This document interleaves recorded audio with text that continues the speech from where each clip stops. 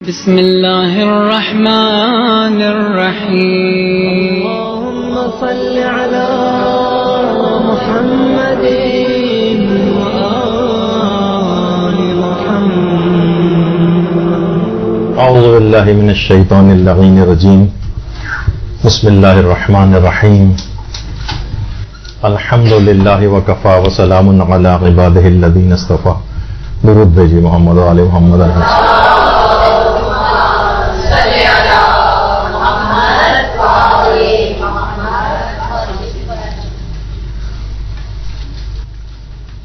ذاکری کے سلسلے کا جو یہ کلاسز کا ایک سلسلہ چل رہا ہے، اس میں ایک سلسلہ فقہ عزاداری سے ریلیٹڈ بھی ہے.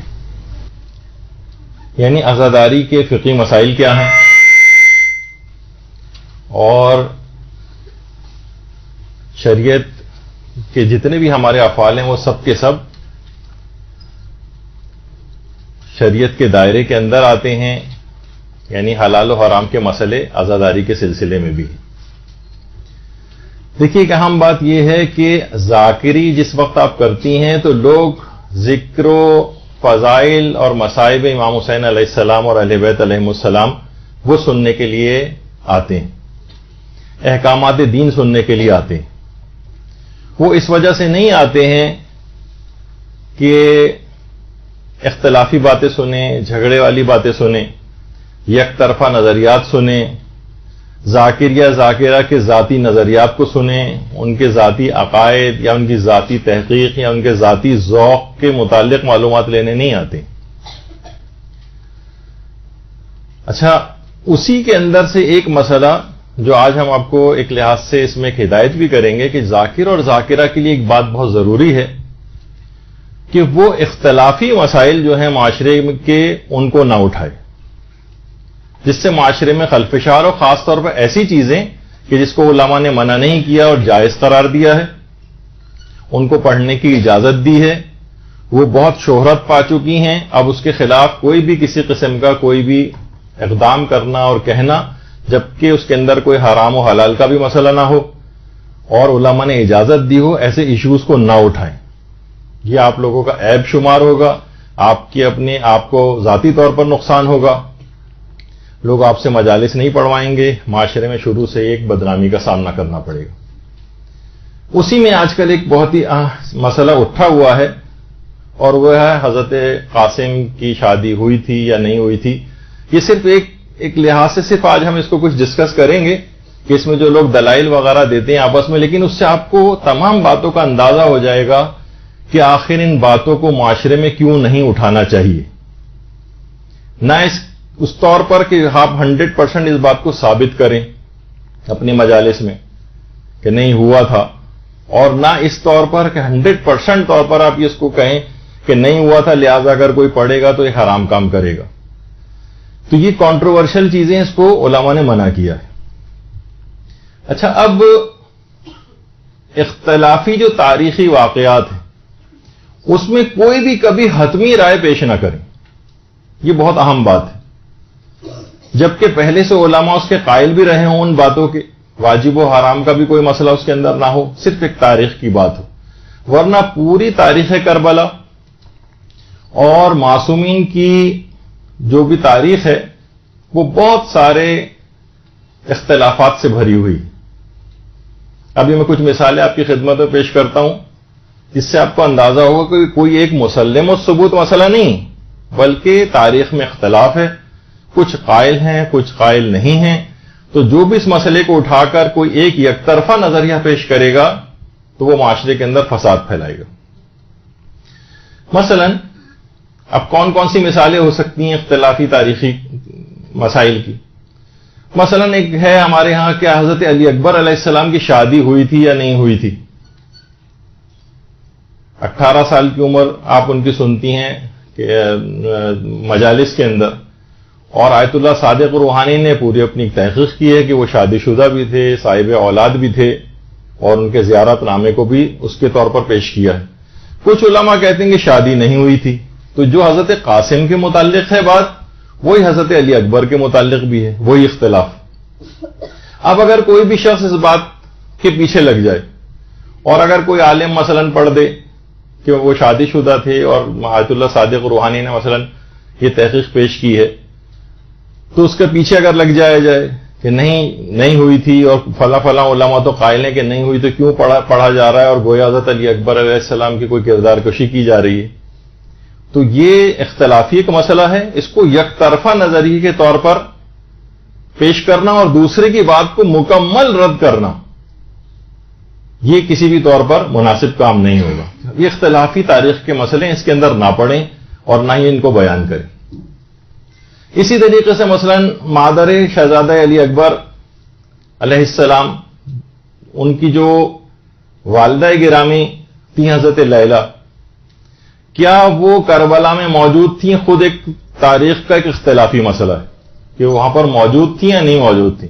کچھ کہتے ہیں کہ موجود تھیں، کچھ کہتے ہیں کہ موجود نہیں تھیں. اس میں بھی کوئی اختلاف کی بات نہیں کرنی چاہیے. اور کوئی بھی شخص کوئی بھی بات اگر بیان کر رہا ہو، مثلا وہ کہہ رہا ہو کہ ہاں موجود تھیں، تو کوئی بات نہیں، وہ بھی تاریخ کا ایک چیز پیش کر رہا ہے. بس وہ اس طرح سے نہ پیش کرے کہ حتمی طور پر پیش کرے کہ اس کے علاوہ جو بھی اگر کوئی بات کہے گا تو وہ غلط ہوگی، حرام ہوگی، باطل ہوگی، اس کے خلاف جہاد کرنا ضروری ہے، یہ بات تحقیق سے ثابت ہو چکی ہے. تو یہ غلط ایک نظریہ اور طریقہ بنے گا. اسی طریقے سے حضرت عباس علیہ الصلاۃ والسلام، درود بھیجیے محمد علیہ محمد.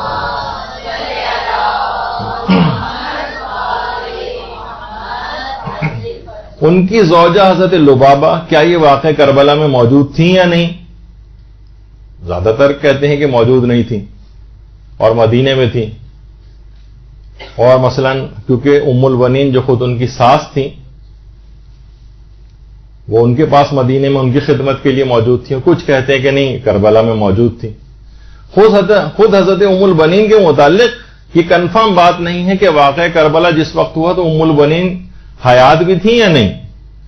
کچھ علماء یہ کہتے ہیں کہ نہیں، وہ اس سے پہلے انتقال کر چکی تھی.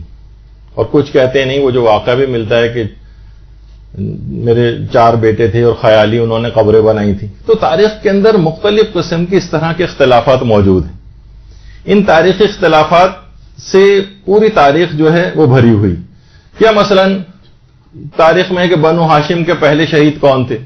کچھ کہتے ہیں حضرت علی اکبر تھے، کچھ کہتے ہیں نہیں، فلاں فلاں شہزادے جب وہ تیر آ کر لگے تھے تو وہ بھی سب بنو ہاشم کے شہزادے تھے جو ان سے پہلے شہید ہوئے ہیں. اسی طریقے سے حضرت رباب اور ام رباب کا قضیہ ہے تاریخ کے اندر. رباب الگ ہیں، ام رباب الگ ہیں. کچھ علماء اس بات کے قائل ہیں کہ رباب جو تھیں وہ امام حسین علیہ السلام کی زوجہ تھیں، اور ام رباب امام حسن کی زوجہ تھیں. امراء القیس جو تھے پیغمبر کے ایک صحابی، ان کی 3 بیٹیاں تھیں. ایک کی امیر المومنین سے شادی کی تھی انہوں نے، اور باقی 2 بیٹیوں کی امام حسن و حسین سے کی تھی. تو خود تاریخ کے اندر اس طرح کے، اس پہ بھی علماء کو اعتراضات ہیں کہ جو میں نے بات پیش کی اس پہ بھی وہ ہے. تو کوئی یک طرفہ بات پیش نہیں کی جا سکتی. پھر ایک بہت ہی بڑا مسئلہ پیش آتا ہے جو کہ ابھی گفتگو میں آگے چل کر ہی آئے گا کہ امام حسین علیہ السلام کی اولادیں کتنی تھیں. اور اولادوں کے اندر بھی یہ مسئلہ پیش آتا ہے کہ بیٹے کتنے تھے اور بیٹیاں کتنی تھیں. بیٹے کتنے تھے اور بیٹیاں کتنی تھیں. اور یہ اختلاف ائمہ کی تمام اولادوں کے سلسلے میں. ابھی آگے چل کر ان کی بھی تفصیل آئے گی.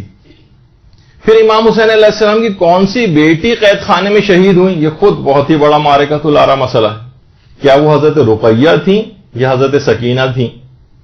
اور رقیہ نام کی کوئی بیٹی تھی بھی یا نہیں امام کی، اس پہ خود ایک بہت بڑا اختلاف ہے. اس کی بھی تفصیل آگے چل کر آنے والی.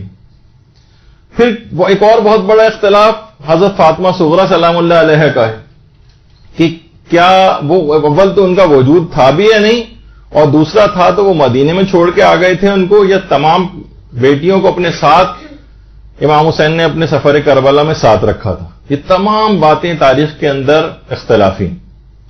اسی طریقے سے بہت سارے اختلافات ہیں. مثلا حضرت زینب سلام اللہ علیہ، ان کا مدفن کہاں ہے، ان کا روضہ کہاں ہے؟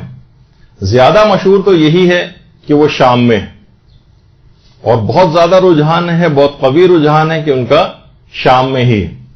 لیکن کچھ علماء اس کے بھی قائل ہیں کہ یعنی کچھ تاریخوں کے اندر یہ بات بھی آئی ہے، اور ان کا ایک روضہ مصر میں بھی ہے، مصر میں.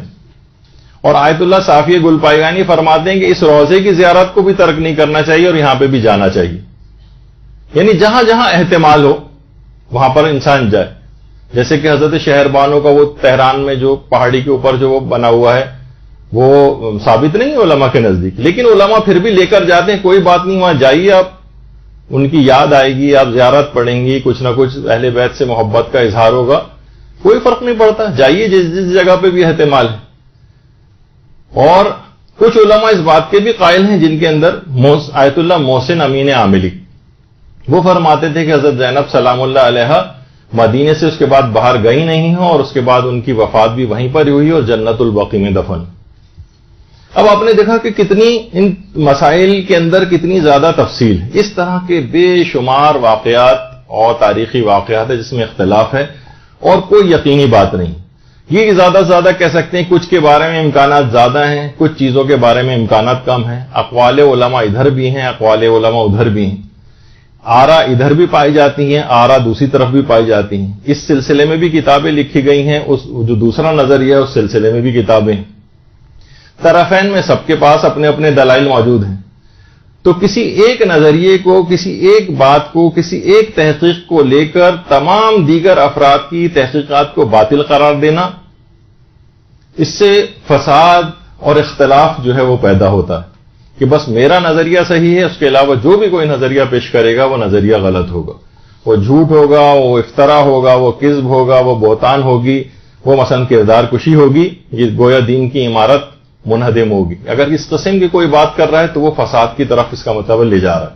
اور آپ لوگوں کو بھی اس وجہ سے باتیں سب بیان ہو رہی ہیں اور آپ کے سامنے مختلف پہلو اس زاویے سے پیش کیے جائیں گے تو آپ کو اندازہ ہوگا کہ یک طرفہ طور پر کسی ایک تحقیق کو بیس بنا کر اور اسی پر سارا زور نہیں ڈال دینا چاہیے اور دوسروں کی رائے کا بھی احترام کرنا ہوگا. اچھا، اسی طرح سے ایک روایت ایک دفعہ مولانا علی نقی نقن صاحب نے بھی، علامہ علی نقی نقن صاحب، انہوں نے بھی پیش کر دی تھی اور آج تک لوگ ان کو اتنا برا بھلا کہتے آئے ہیں ان کے انتقال کے بعد بھی. مثلا ایک روایت ملتی ہے بطور تذکرہ انہوں نے کہ کربلا میں پانی موجود تھا یا نہیں، اس پہ ایک روایت پیش کر دی تھی. اس کے بعد سے آج تک اتنا زیادہ ان کے خلاف باتیں کی گئیں. تو ابھی قوم اس طور پر علمی لحاظ سے اتنی متحمل نہیں ہے کہ علمی موضوعات کو ان کے سامنے، عوام کے سامنے آپ لا کر پیش کر دیں جبکہ وہ مشہور نظریے کے خلاف ہو.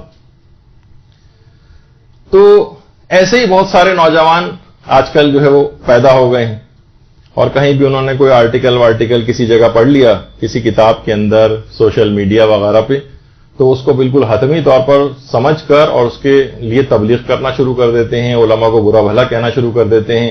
کوئی عالم اگر وہ روایت پڑھتا ہے تو وہ مجمع میں کھڑے ہو جاتے ہیں اور منع کرنے لگتے ہیں کہ یہ غلط روایت آپ پڑھ رہے ہیں، یا ان کے خلاف ایک محاذ بنانے کی کوشش کرتے ہیں.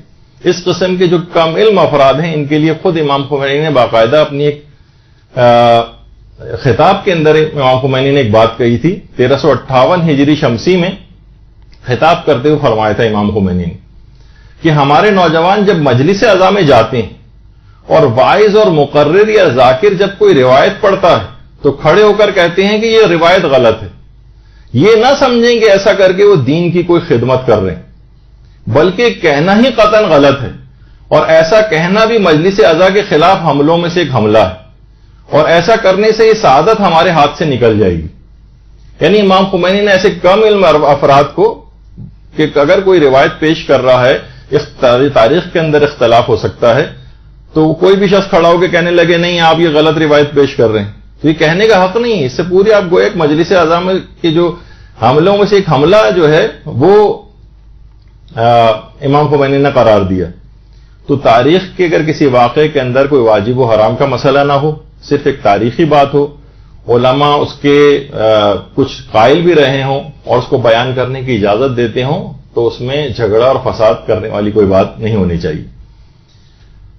اسی طرح کا یہی والا مسئلہ ہے جو کہ ہم آج ڈسکس کریں گے کہ کیا کربلا میں حضرت قاسم کی شادی ہوئی تھی. صرف ایک علمی طور پر اس کے مختلف زاویے پیش کریں گے اور جو طرفین دلائل دیتے ہیں تاکہ آپ کو اندازہ ہو جائے کہ کسی بھی ایسے موضوع میں ہاتھ نہیں ڈالنا ہے جبکہ اس کے اندر کتنی تفصیل موجود ہوتی، جو ہمیں پتہ نہیں ہوتی. تو ہم نے تو ایک صفحے کا پڑھ لیا یا کسی عالم کی 5 منٹ کی ہم نے کسی مولانا کی جو ہے وہ تقریر سن لی اور سوچا کہ جو بات کہہ رہے ہیں بالکل صحیح کہہ رہے ہوں، بس اس کے لیے ہمیں تبلیغ کرنی چاہیے.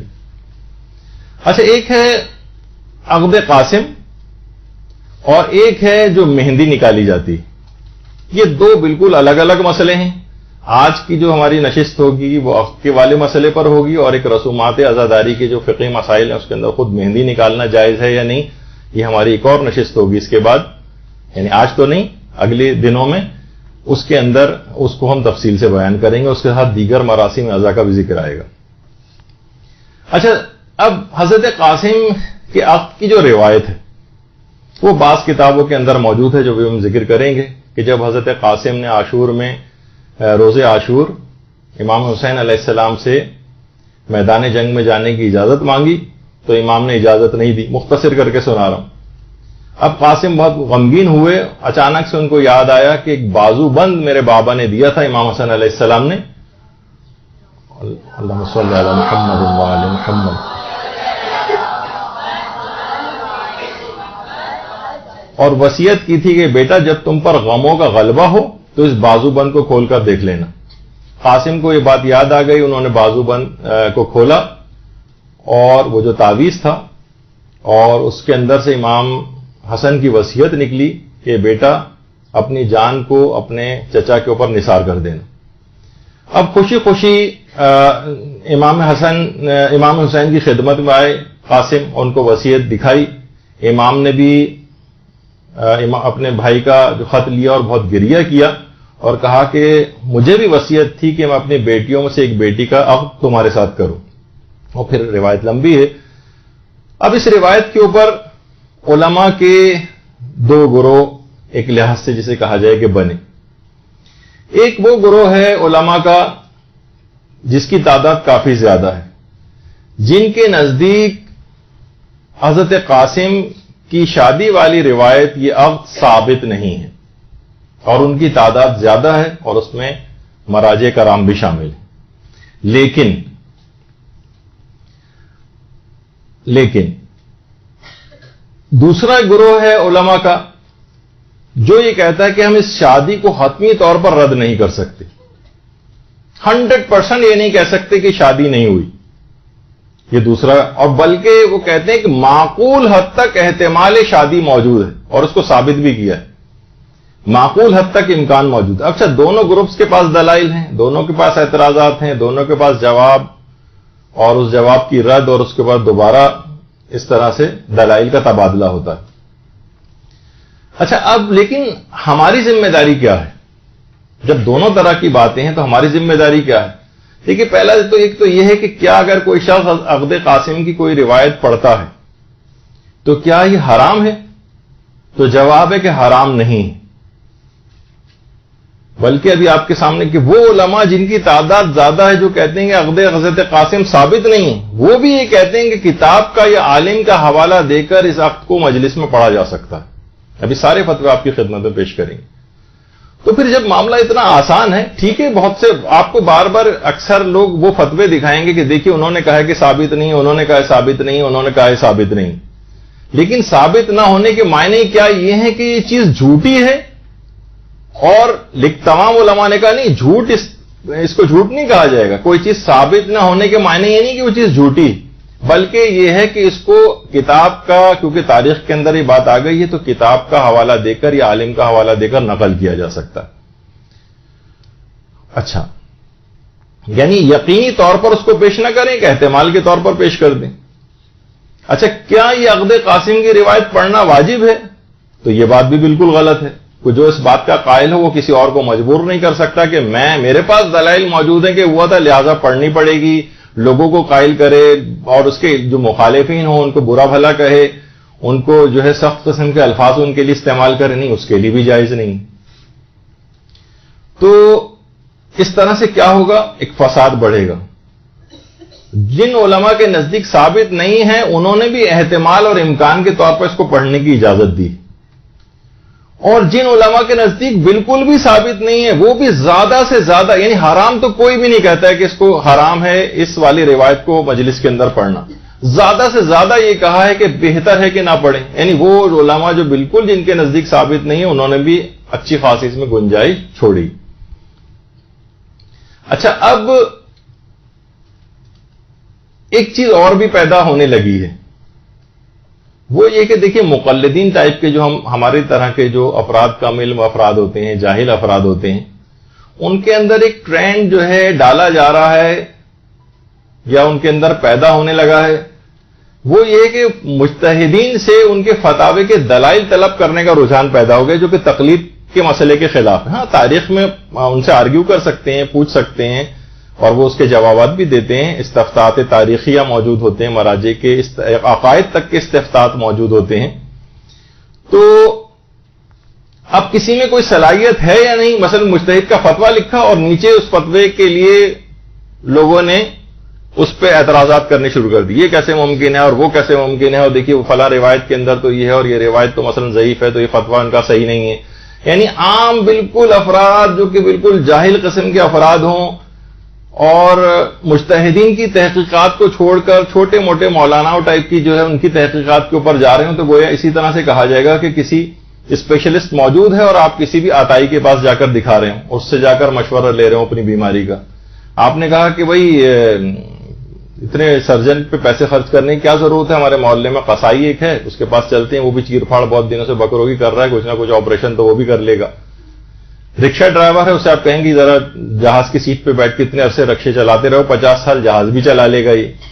تو یہ تمام چیزیں کیا ہیں، یہ ایک مقلد کے کیلیبر سے بہت ہی زمین و آسمان کا فرق ہے. نہ وہ ان باتوں کو سمجھ سکتا ہے، خود ہی قیاس آرائیاں ہم لوگوں نے کرتے دیکھا ہے لوگوں کو کہ کس طرح سے لوگ مجتہدین کے فتاوے کے متعلق بات چیت کر رہے ہوتے ہیں. اچھا، اب آ جائیے کہ وہ علماء جن کے نزدیک عقد حضرت قاسم ثابت نہیں ہے، وہ کچھ دلائل دیتے ہیں اس بات کے لیے.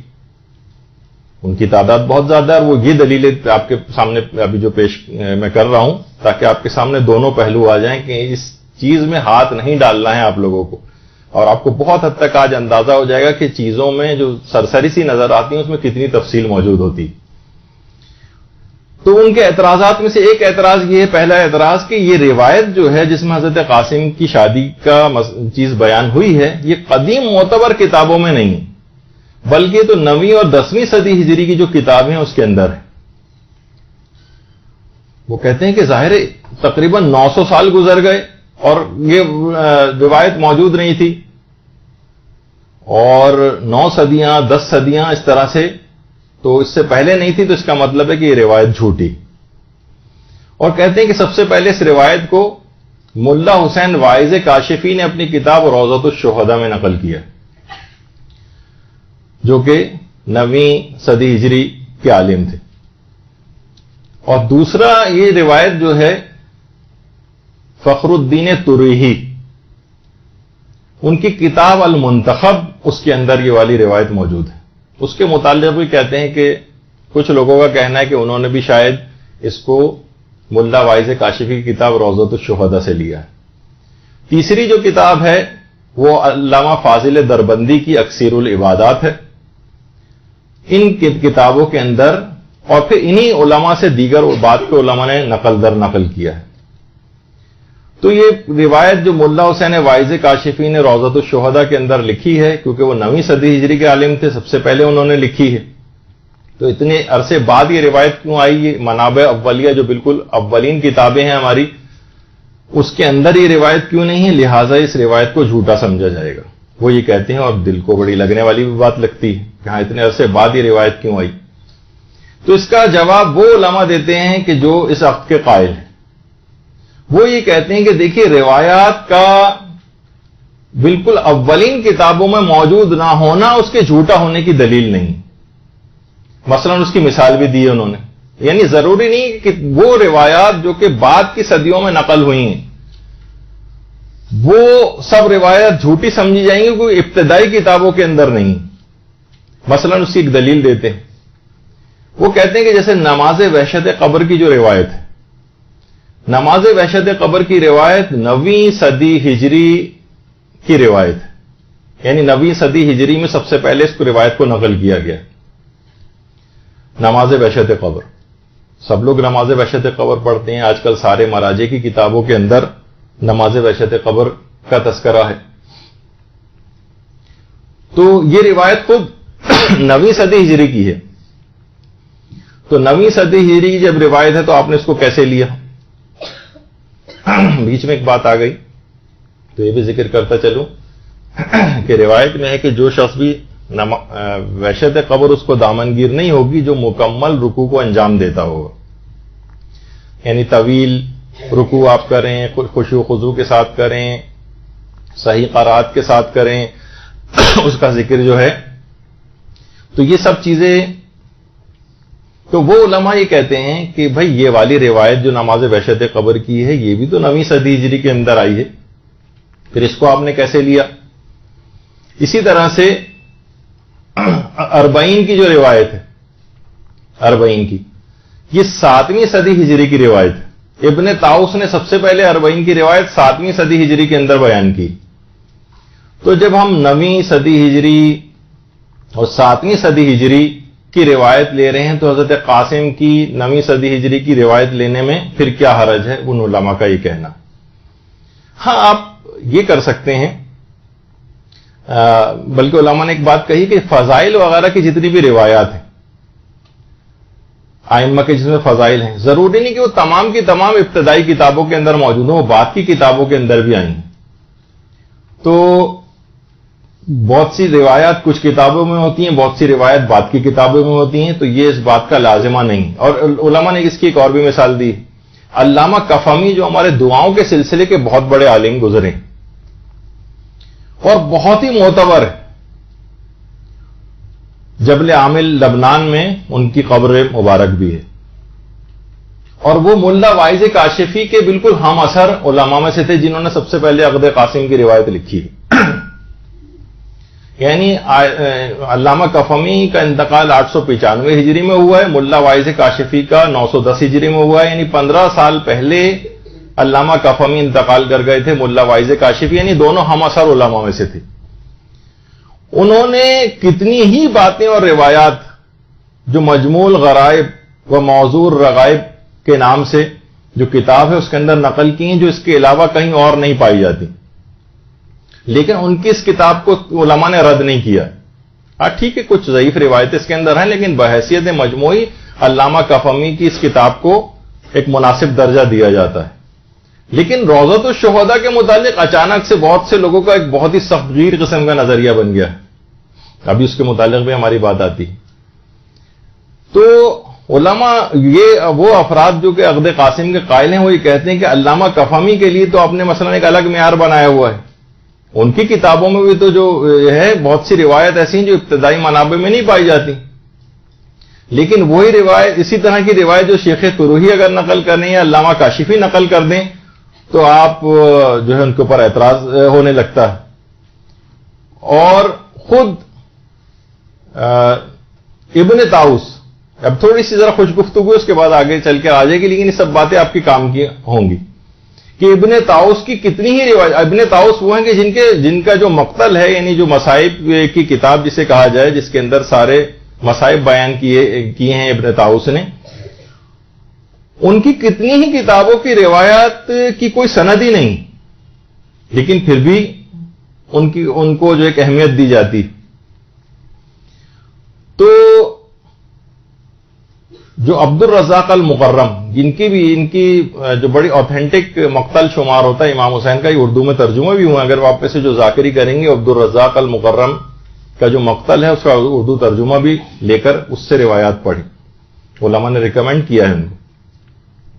وہ فرماتے ہیں کہ یہ مقتل حسین ان کی کتاب ہے. وہ فرماتے ہیں کہ شیخ طروحی کی شخصیت اور علمی جلالت بہت زیادہ تھی.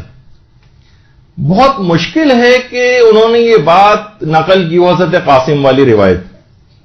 شاید یہ بعد میں کسی نے اضافہ کر دیا ہے، لیکن اس بات کا انہوں نے کوئی ثبوت مہیا نہیں کیا عبد الرزاق المقرم نے کہ کب یہ داخل کی گئی ان کی کتاب کے اندر. بس انہوں نے کہا کہ بہت بعید ہے کہ شیخ طروحی جیسا فاضل اور عالم اس روایت کو نقل کرے، ہو سکتا ہے کسی نے بعد میں اضافہ کر دیا ہو.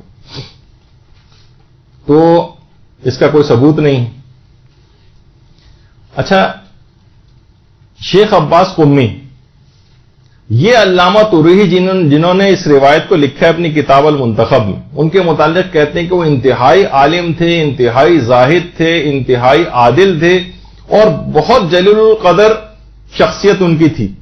البتہ یہ واقعہ جو حضرت قاسم کا ہے، یہ کیونکہ معتبر کتابوں سے مجھے اس کی تائید نہیں ہوئی ہے، لہذا شیخ عباس قمی اس کو تسلیم نہیں کرتے۔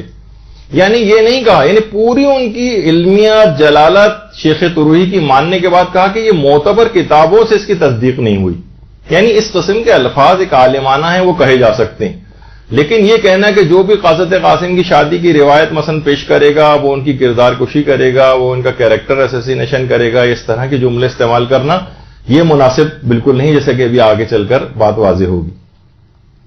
اب لوگوں نے کیا کیا، خاص طور پر نوجوانوں نے، وہ ادھر ادھر کچھ نہ کچھ انہوں نے چیزیں پڑھی، اور اس کے بعد شیخ تروہی کے لیے بہت گندی زبان استعمال کرنی شروع کر دی، ملا حسین وائز کاشفی کے لیے انتہائی غلیظ زبان استعمال کرنا شروع کر دی، علامہ دربندی کے لیے غلیظ زبان استعمال، حتیٰ کہ بہت سے ایسے افراد کے جو تھوڑا بہت سطحی قسم کی معلومات دین کی رکھتے ہیں، انہوں نے بھی بہت ہی ان تمام جلیل القدر علماء کے لیے، کیونکہ انہوں نے ان کی پسند مثلا جو نظریہ اس کے خلاف اگر کوئی چیز لکھی ہے، چاہے وہ ثابت نہیں بھی ہے، بہت سی چیزیں کتابوں میں ثابت نہیں ہوتی، لیکن ان کے لکھنے والوں کو گندے الفاظ ان کے لیے اور توہین آمیز الفاظ استعمال کرنا یہ حرام اور گناہ کبیرہ میں سے، اتنے جلیل القدر علماء کے لیے۔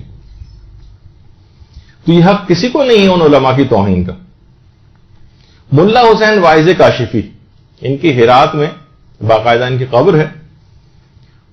البتہ علماء میں ذرا اس قسم کی باتیں چلتی ہیں، ان کے لیول کی حد تک اس کو کہا جا سکتا ہے کہ چلو وہ آپس میں ایک دوسرے کے لیے کچھ سخت الفاظ تاریخ کے اعتبار سے استعمال کر سکتے ہیں۔ اس میں شہید مطہری نے ملا وائز کاشفی کے لیے بہت ہی سخت قسم کی ان کے اوپر تنقید کر دی ہے، ایک دو چند روایات کی بنا پر، لیکن اس پر بھی جو مراجع ہیں انہوں نے اعتراض کیا کہ شہید مطہری کو، یعنی نام تو نہیں لکھا لیکن انہوں نے ابھی آگے چل کر آئے گا کہ مراجع نے ان سخت زبان استعمال کرنے کو پسند نہیں کیا۔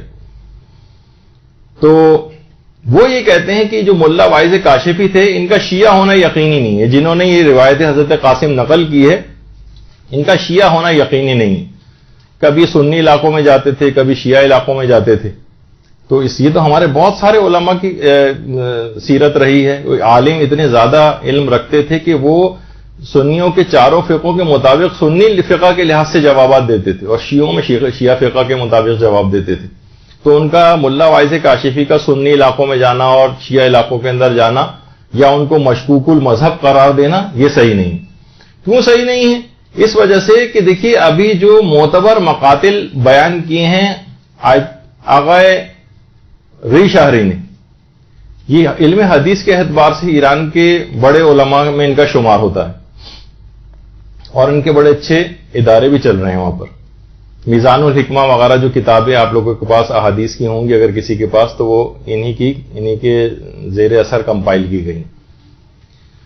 انہوں نے باقاعدہ جو معتبر مقاتل ہیں ان کی ایک فہرست جاری کی ہے کہ ان میں سے اس میں کتنے ہی ایسے ہیں کہ جو خالصتاً سنی یعنی غیر شیعہ افراد، ہمارے اہل سنت برادران کے جو علماء ہیں ان کی جو کتابیں ہیں ان کو معتبر مقاتل میں شمار کیا، معتبر مقاتل میں، جیسے مقتل خوارزمی اہل سنت کے عالم تھے لیکن کہا یہ معتبر مقتل ہے۔ یعنی وہ علماء جو اس کا جواب دیتے ہیں وہ کہتے ہیں کہ اگر آپ یہ کہیں گے ملا حسین وائز کاشفی شاید سنی تھے، یعنی احتمال ہے، شک ہے کہ پتہ نہیں شیعہ تھے یا شیعہ نہیں تھے، اس بنا پر ان کی روایت کو رد کیا جائے، ان کے مقتل کو رد کیا جائے، تو وہ علماء کہتے ہیں کہ جو آپ نے اتنی بڑی لسٹ پسند نکالی ہوئی ہے اس میں جو مقتل خوارزمی یہ تو خود سنی عالم تھے، یہ تو پکے بالکل سنی تھے، تو پھر ان کو معتبر کس وجہ سے قرار دیا گیا ہے؟ تو صرف اس وجہ سے کہنا کہ کوئی شخص جو ہے اس کا شیعہ ہونا کنفرم نہیں ہے یہ دلیل نہیں بنے گا کہ اس نے جو روایت بیان کی وہ جھوٹی۔ یا مثلا طبقات کبریٰ، یہ تو خیر کوئی اور جلد اس کے اوپر لکھی ہوئی، لیکن ابن سعد کی جو طبقات کبریٰ ہے اس کو بھی انہوں نے معتبر مقاتل میں جہاں مصائب کا تذکرہ ہوا اس کو معتبر سمجھا۔ اسی طریقے سے انصاب الاشراف جو علامہ بلازری کی کتاب ہے اس کو بھی جو اہل سنت عالم ہے لیکن معتبر مقاتل میں اس کو شمار کیا۔ اسی طریقے سے تاریخ طبری ہے، اس میں جہاں پر ہیں ان کو بھی معتبر مقاتل میں شمار کیا ہے جہاں مصائب موجود ہیں. تاریخ عاصم کوفی کے اندر جو مقتل موجود ہے اس کو معتبر مقاتل میں شمار کیے، جو سب سنی کتابیں. اس کے علاوہ جو المعجم الکبیر جو ہے علامہ طبرانی کی، اس کو معتبر مقاتل میں شمار کیا ہے. ابن عساکر کی جو تاریخ دمشق ہے اس کو معتبر مقاتل میں شمار کیا ہے. اس کے علاوہ تذکرۃ الخواص سبتی ابن جوزی کی ہے، اور اس کے علاوہ اخبار الطوال جو کہ علامہ دینوری کی ہے ان کو معتبر مقاتل میں شمار کیا ہے. تو وہ علماء کہتے ہیں کہ صرف ایک شخص کا جس کے متعلق صرف ایک احتمال ہے کہ شاید یہ سنی تھے مثلا، چلیں اگر اس بات کو بھی اگر ہم مان لیں، اول تو یہ بات بھی صحیح نہیں ہے، ابھی آگے چل کے علماء کے اقوال آئیں گے. تو جو بالکل پیور غیر شیعہ علماء ہیں ان کو آپ نے جب مانا ہے ان کے مقتل کو، تو فقط کاشفی کا مشکوک المذہب ہونا بالفرض اگر یہ کہا جائے یہ ان کو قابل رد نہیں بناتا ہے. اس طرح تو بہت سارے لوگ ہیں. ہاں البتہ آپ ان کے روایات کے اوپر اعتراض کر سکتے ہیں، لیکن صرف اس بنا پر ان کو رد کرنا کہ ان کا مذہب صحیح طور پر پتہ نہیں، شاید وہ سنی تھے لیکن اکثر علماء ان کے شیعہ ہونے کے قائل ہیں. تو جو پکے پکے سنی علماء ہیں ان کی بات کو آپ نے معتبر مقتل میں کیسے شمار کیا؟ اب اس پہ بہت ساری باتیں ہو سکتی ہیں، یقیناً اس کے بھی جواب دیے جا سکتے ہیں، پھر جواب کی بھی جواب دیے جا سکتے ہیں، اس کا بھی رد کیا جا سکتا ہے، لیکن یہ کہ وہ لمبی بحثیں ہیں. تو اس کو کتاب کو جو ملا واعظ کاشفی کی جس کے اندر یہ موجود ہے بات، اس کو مکمل طور پر رد نہیں کیا جا سکتا اور اس کتاب کو آؤٹ رائٹ ریجیکٹ نہیں کیا جا سکتا. اچھا ایک بات اور بھی یاد رکھیں، آپ کے بڑے کام کی ہونی چاہیے کہ چند غیر معتبر واقعات کا یا احادیث کا کتاب میں موجود ہونا اس کو بے اعتبار نہیں بناتا ہے. آپ یہ نہیں کہہ سکتے بھائی اس کتاب کے اندر چاہے تھوڑی بہت مثلا ملا واعظ کاشفی کی کتاب میں 10-12 ایسی جگہیں ہیں کہ جن کو علماء نے کہا کہ نہیں یہ اس کے اندر کچھ باتیں ایسی نقل ہو گئی ہیں کہ جو مسامحات جنہیں کہا جاتا ہے، یہ تسامح ان سے ہو گیا ہے، یہ ان اوتھینٹک باتیں ہیں. مثلا جس کے اندر بہت ساری باتیں آئی ہیں کہ کیسے ممکن ہے کہ لاکھوں کا جو ہے وہاں پر لشکر ہو اور امام نے مثلا اتنے ہزار افراد کو جو ہے شہید کیا، اور وہ لوگ کیلکولیشن شروع کر دیتے ہیں کہ روز عاشور اتنا ٹائم امام کے پاس تھا اور اسی ٹائم میں اگر آدھے منٹ کے اندر بھی ایک شخص کو قتل کیا جائے تو اتنے افراد بنیں گے، تو اتنے زیادہ ہزاروں جو ہے وہ کس طریقے سے امام نے قتل کیے. تو اس کے بھی بہت سارے یہ جو اعتراضات کیے گئے ہیں ان کی کتاب کے مندرجات پر، اس کے بھی جوابات دیے جا چکے ہیں کہ وہ بھی غلط نہیں کہے انہوں نے. مثلا اگر ہزاروں کا مجمع تھا جیسے آیت اللہ حافظ بشیر نجفی نے کہا کہ کیسے ممکن ہے، تو انہوں نے کہا دیکھیں بعض اوقات جب روایات میں ملتا ہے کہ امام جب جاتے تھے یا کوئی جاتا تھا میدان جنگ میں تو اس وقت ایک بھگدڑ مچتی تھی اور خوف سے، اور ایک اسٹیمپیڈ ہوتا تھا. آج بھی آپ دیکھتے ہیں کہ حج وج پہ اسٹیمپیڈ میں 500 1000 2000 جو ہے افراد جو ہے وہ شہید ہو جاتے ہیں. کہیں پہ بھی کہیں بڑا مجمع ہوتا ہے اور خاص طور پر اس وقت جبکہ سب کے سب افراد کے پاس مختلف قسم کے ہتھیار، نوکیلے ہتھیار بھی موجود ہوں اور بھگدڑ مچ جائے تو ہلاکتیں اور زیادہ ہوں گی. تو اس کے جوابات علماء نے دیے ہیں کہ یہ نہیں کہ آپ کہہ سکتے کہ یہ روایات جھوٹی ہیں جن میں بہت کثیر تعداد کا تذکرہ ہوا ہے کہ یہ کیسے ممکن ہے کہ اتنے لوگ زیادہ شہید کر دیوں، ایک ایک شخص کو بھی تلوار سے اگر کریں گے تو اتنا ٹائم لگ جائے گا. نہیں، وہ اسٹیمپیڈ کے ذریعے بھی ہوئے ہیں. تو اس طرح کی بہت ساری باتیں ہیں جو کہ علماء نے اس کے بہرحال اپنے طور پر جوابات دیے ہیں. تو خود آیت اللہ خوئی نے خود یہ بات کہی ہے اپنی کتاب جو موجم رجال الحدیث ہے، علم حدیث کی جو رجال کی کتاب ہے، اس کی 8ویں جلد میں آقا خوئی نے کہا کہ کسی بھی کتاب میں چند باتیں اگر باطل ہیں یا چند باتیں غیر معتبر ہیں اس سے پوری کتاب نہیں ہو جائے گی. پھر انہوں نے کہا ہے کہ پھر کتاب اصول کافی کا کیا ہوگا؟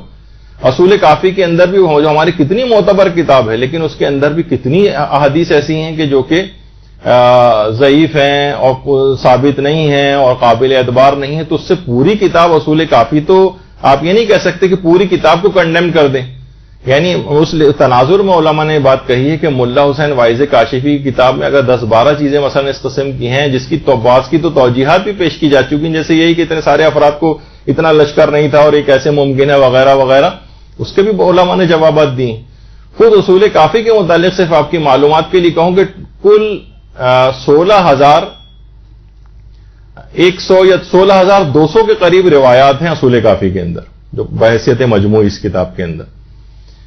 الذریعہ الی تصانیف الشیعہ میں آقا بزرگ طحراری نے کہا ہے کہ یعنی یہ جو 16,000 روایات میں سے، اس کی آواز کو تھوڑا کم کیجیے، یہ جو 16,000 احادیث ہیں اس میں سے 9,485 احادیث ضعیف ہیں اصول کافی کی۔ تو کیا آپ یہ کہیں گے معاذ اللہ کہ پوری کتاب اصول کافی جو ہے وہ پوری جو ہے وہ ضعیف احادیث پر مشتمل ہے اور یہ ہماری جو ہے نا معتبر کتابوں کے اندر شامل نہیں ہوگی؟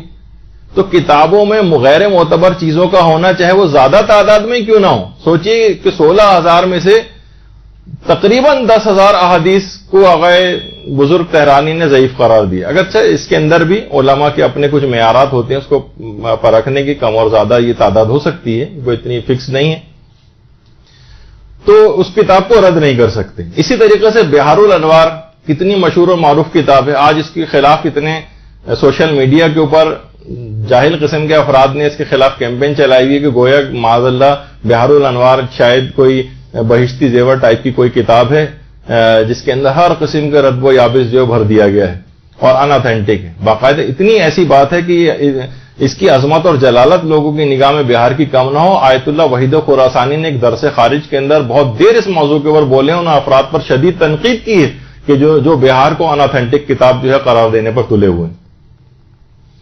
تو دیکھیے بہت ساری ایسی چیزیں ہیں، تو ان علماء کے اوپر اس بات کا الزام لگایا گیا ہے کہ انہوں نے تحریف کی ہے اور واقع کربلا کے اندر تحریف کی ہے۔ دیکھیے بہت ساری چیزوں کے اندر شہید مطہری نے جیسے کہ ابھی اس سے پہلے ذکر ہوا کہ کچھ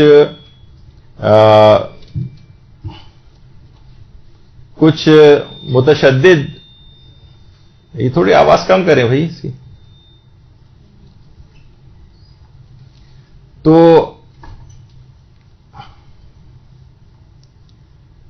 یہ اعتدال سے خارج ہونے والی بات ہے، اعتدال سے خارج ہونے والی۔ اچھا، ان کے اوپر یہ الزام لگایا گیا ہے کہ ملا واعظ کاشفی نے تحریف کی ہے۔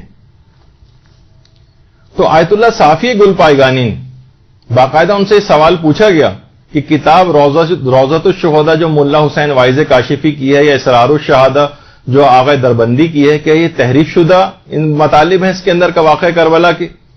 تو آیت اللہ صافی گل پائیگانی نے اس کا جواب دیا ہے کہ مجھے اس بات کا حق نہیں پہنچتا، ما حق نہ دارین، مجھے اس بات کا حق نہیں ہے کہ میں ان دونوں کتابوں کو لکھنے والے پر تحریف کربلا کرنے کی تہمت لگاؤں۔ اور اگر ان کتابوں کے اندر کچھ ایسے مطالب ہیں جو کہ جن کا وقوع پذیر ہونا کا احتمال ہے اور اس کے عدم پر کوئی ہمارے پاس قطعی دلیل نہیں ہے، تو ہمیں اس کا انکار نہیں کرنا چاہیے اور ان کے اوپر اس طرح کی گولہ باری نہیں کرنی چاہیے کہ انہوں نے گویا جھوٹ منسوب کیا۔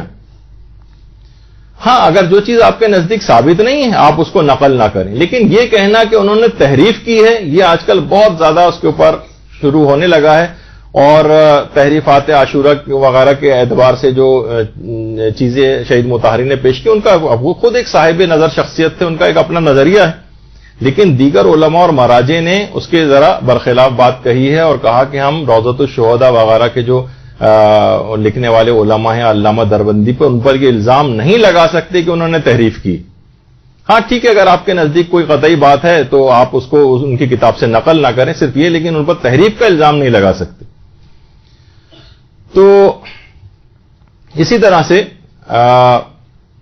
خود شیخ عباس قمی نے ملا واعظ کاشفی کے لیے دیکھیے کیا جملے استعمال کی ان کی کتاب فوائد رضویہ در احوال علماء مذہب جعفریہ، کہ وہ جو تھے جامع علوم دینیہ، عارف و معارف یقینیہ، کاشف اسرار، مسلم در علم حدیث و تفسیر و ریاضی و حسن تقریر۔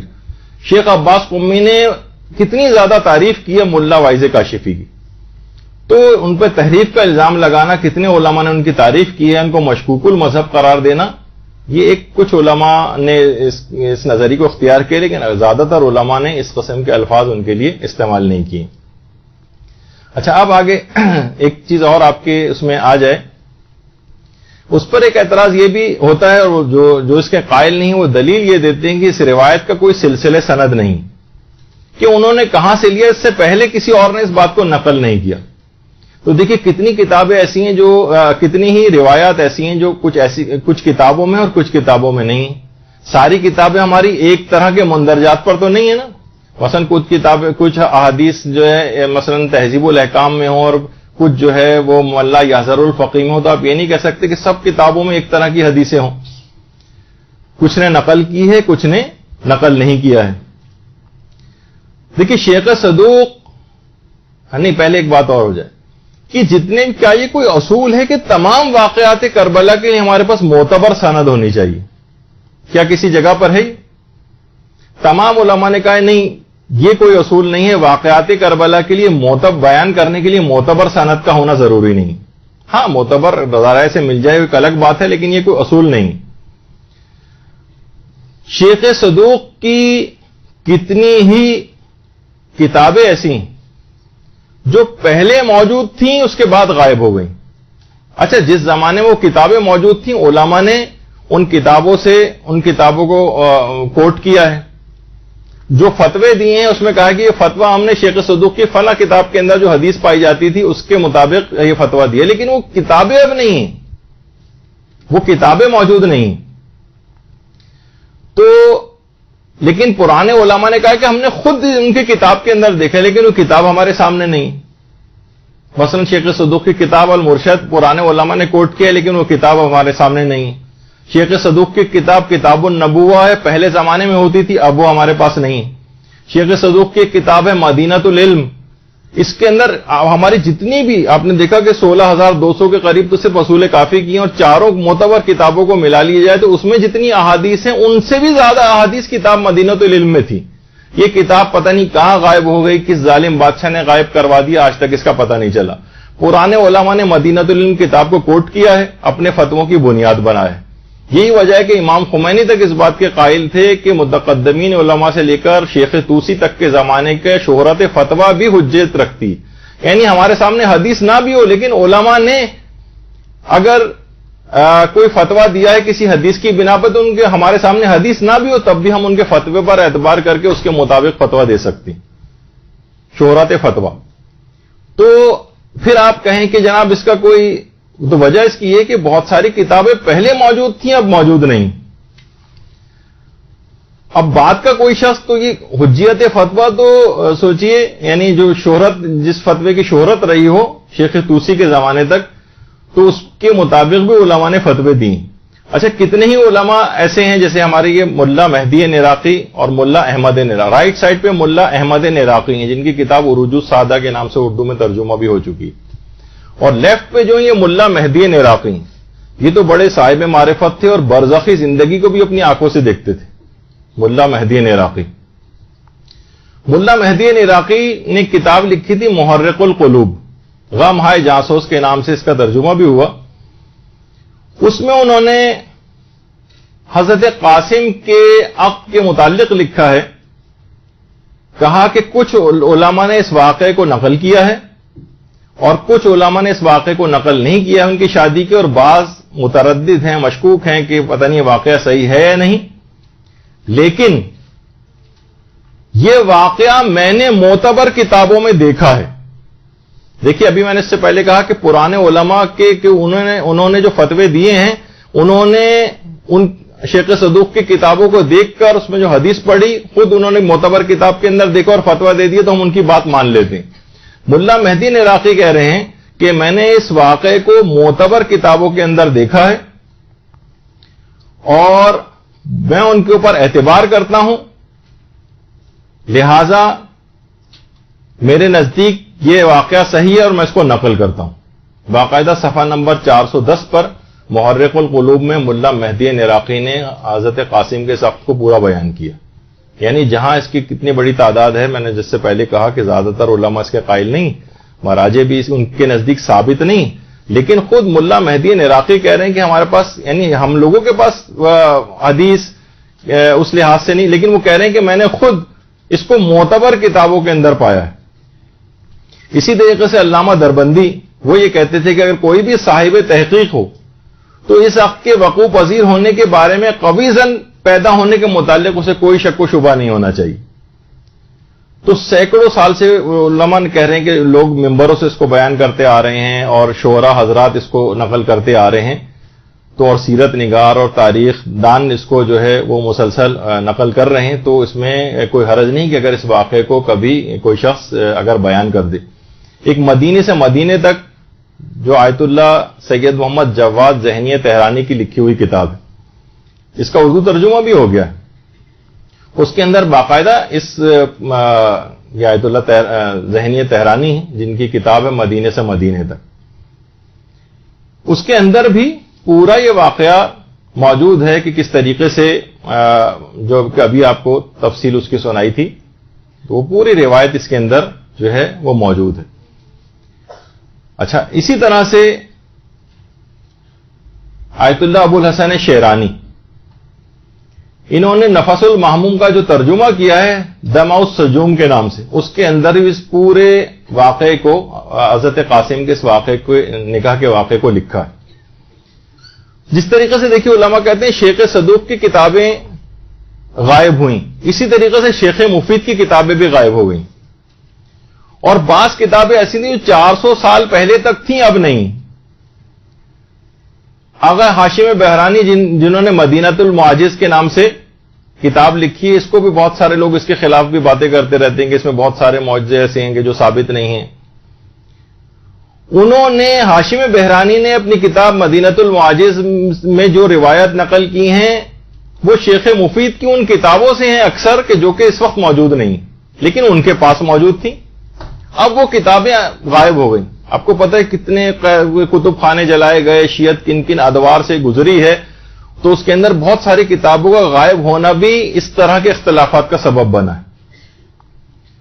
اچھا، پھر ایک اور بات آپ کی خدمت میں پیش کر دی جائے، 400 اصولوں پر مشتمل سمجھیں ایک لحاظ سے 400 کتابیں ائمہ کے اصحاب نے لکھی، جس میں خاص طور پر ہمارے چھٹے امام جعفر صادق علیہ الصلوۃ والسلام۔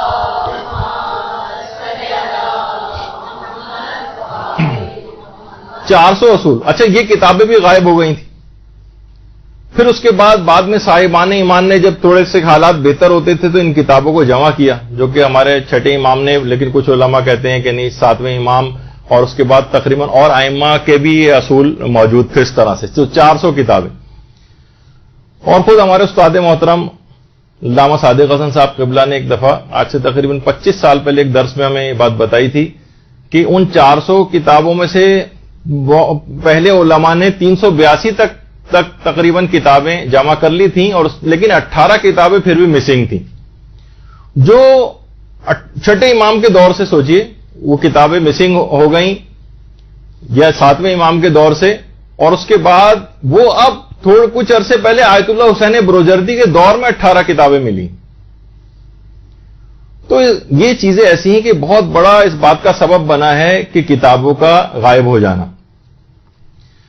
تو اول تو علماء یہ کہتے ہیں کہ جیسے شیخ مفید کی کتابیں، شیخ مفید کی جو کتاب ارشاد ہے اس میں اکثر روایات کا سلسلے سند ہی نہیں، لیکن اس کو بھی علماء مرسل کی کیٹیگری میں ڈالتے ہیں، اور اگر روایات ضعیف بھی ہوں تب بھی واجب و حرام میں صرف ضعیف روایت نہیں چلتی، لیکن تاریخی واقعات کی جانچ میں ضعیف روایت بھی پیش کی جا سکتی ہے، اور ہاں عقائد میں نہیں چلے گی ضعیف روایت۔ فقہی مسائل کے اندر بھی مستحبات اور مکروہات کی دلیلوں میں کچھ علماء کہتے ہیں چلتی ہے، کچھ کہتے ہیں نہیں چلتی ہے، تو مرسل احادیث کو اکثر علماء کا ایک گروپ ہے جو کہتا ہے کہ مرسل احادیث کو بھی مانا جائے گا۔ تو واقعات کربلا میں ضعیف روایات کو بھی پڑھنے کی اجازت ہے۔ آج کل اس بات کا بہت زیادہ شہرہ ہو گیا کہ روایت متصل السند ہونی چاہیے، بالکل معتبر ہونی چاہیے۔ نہیں، واقعات کربلا میں اس قسم کا کوئی معیار ہی نہیں، ضعیف روایات کو بھی پڑھنے کی اجازت ہے۔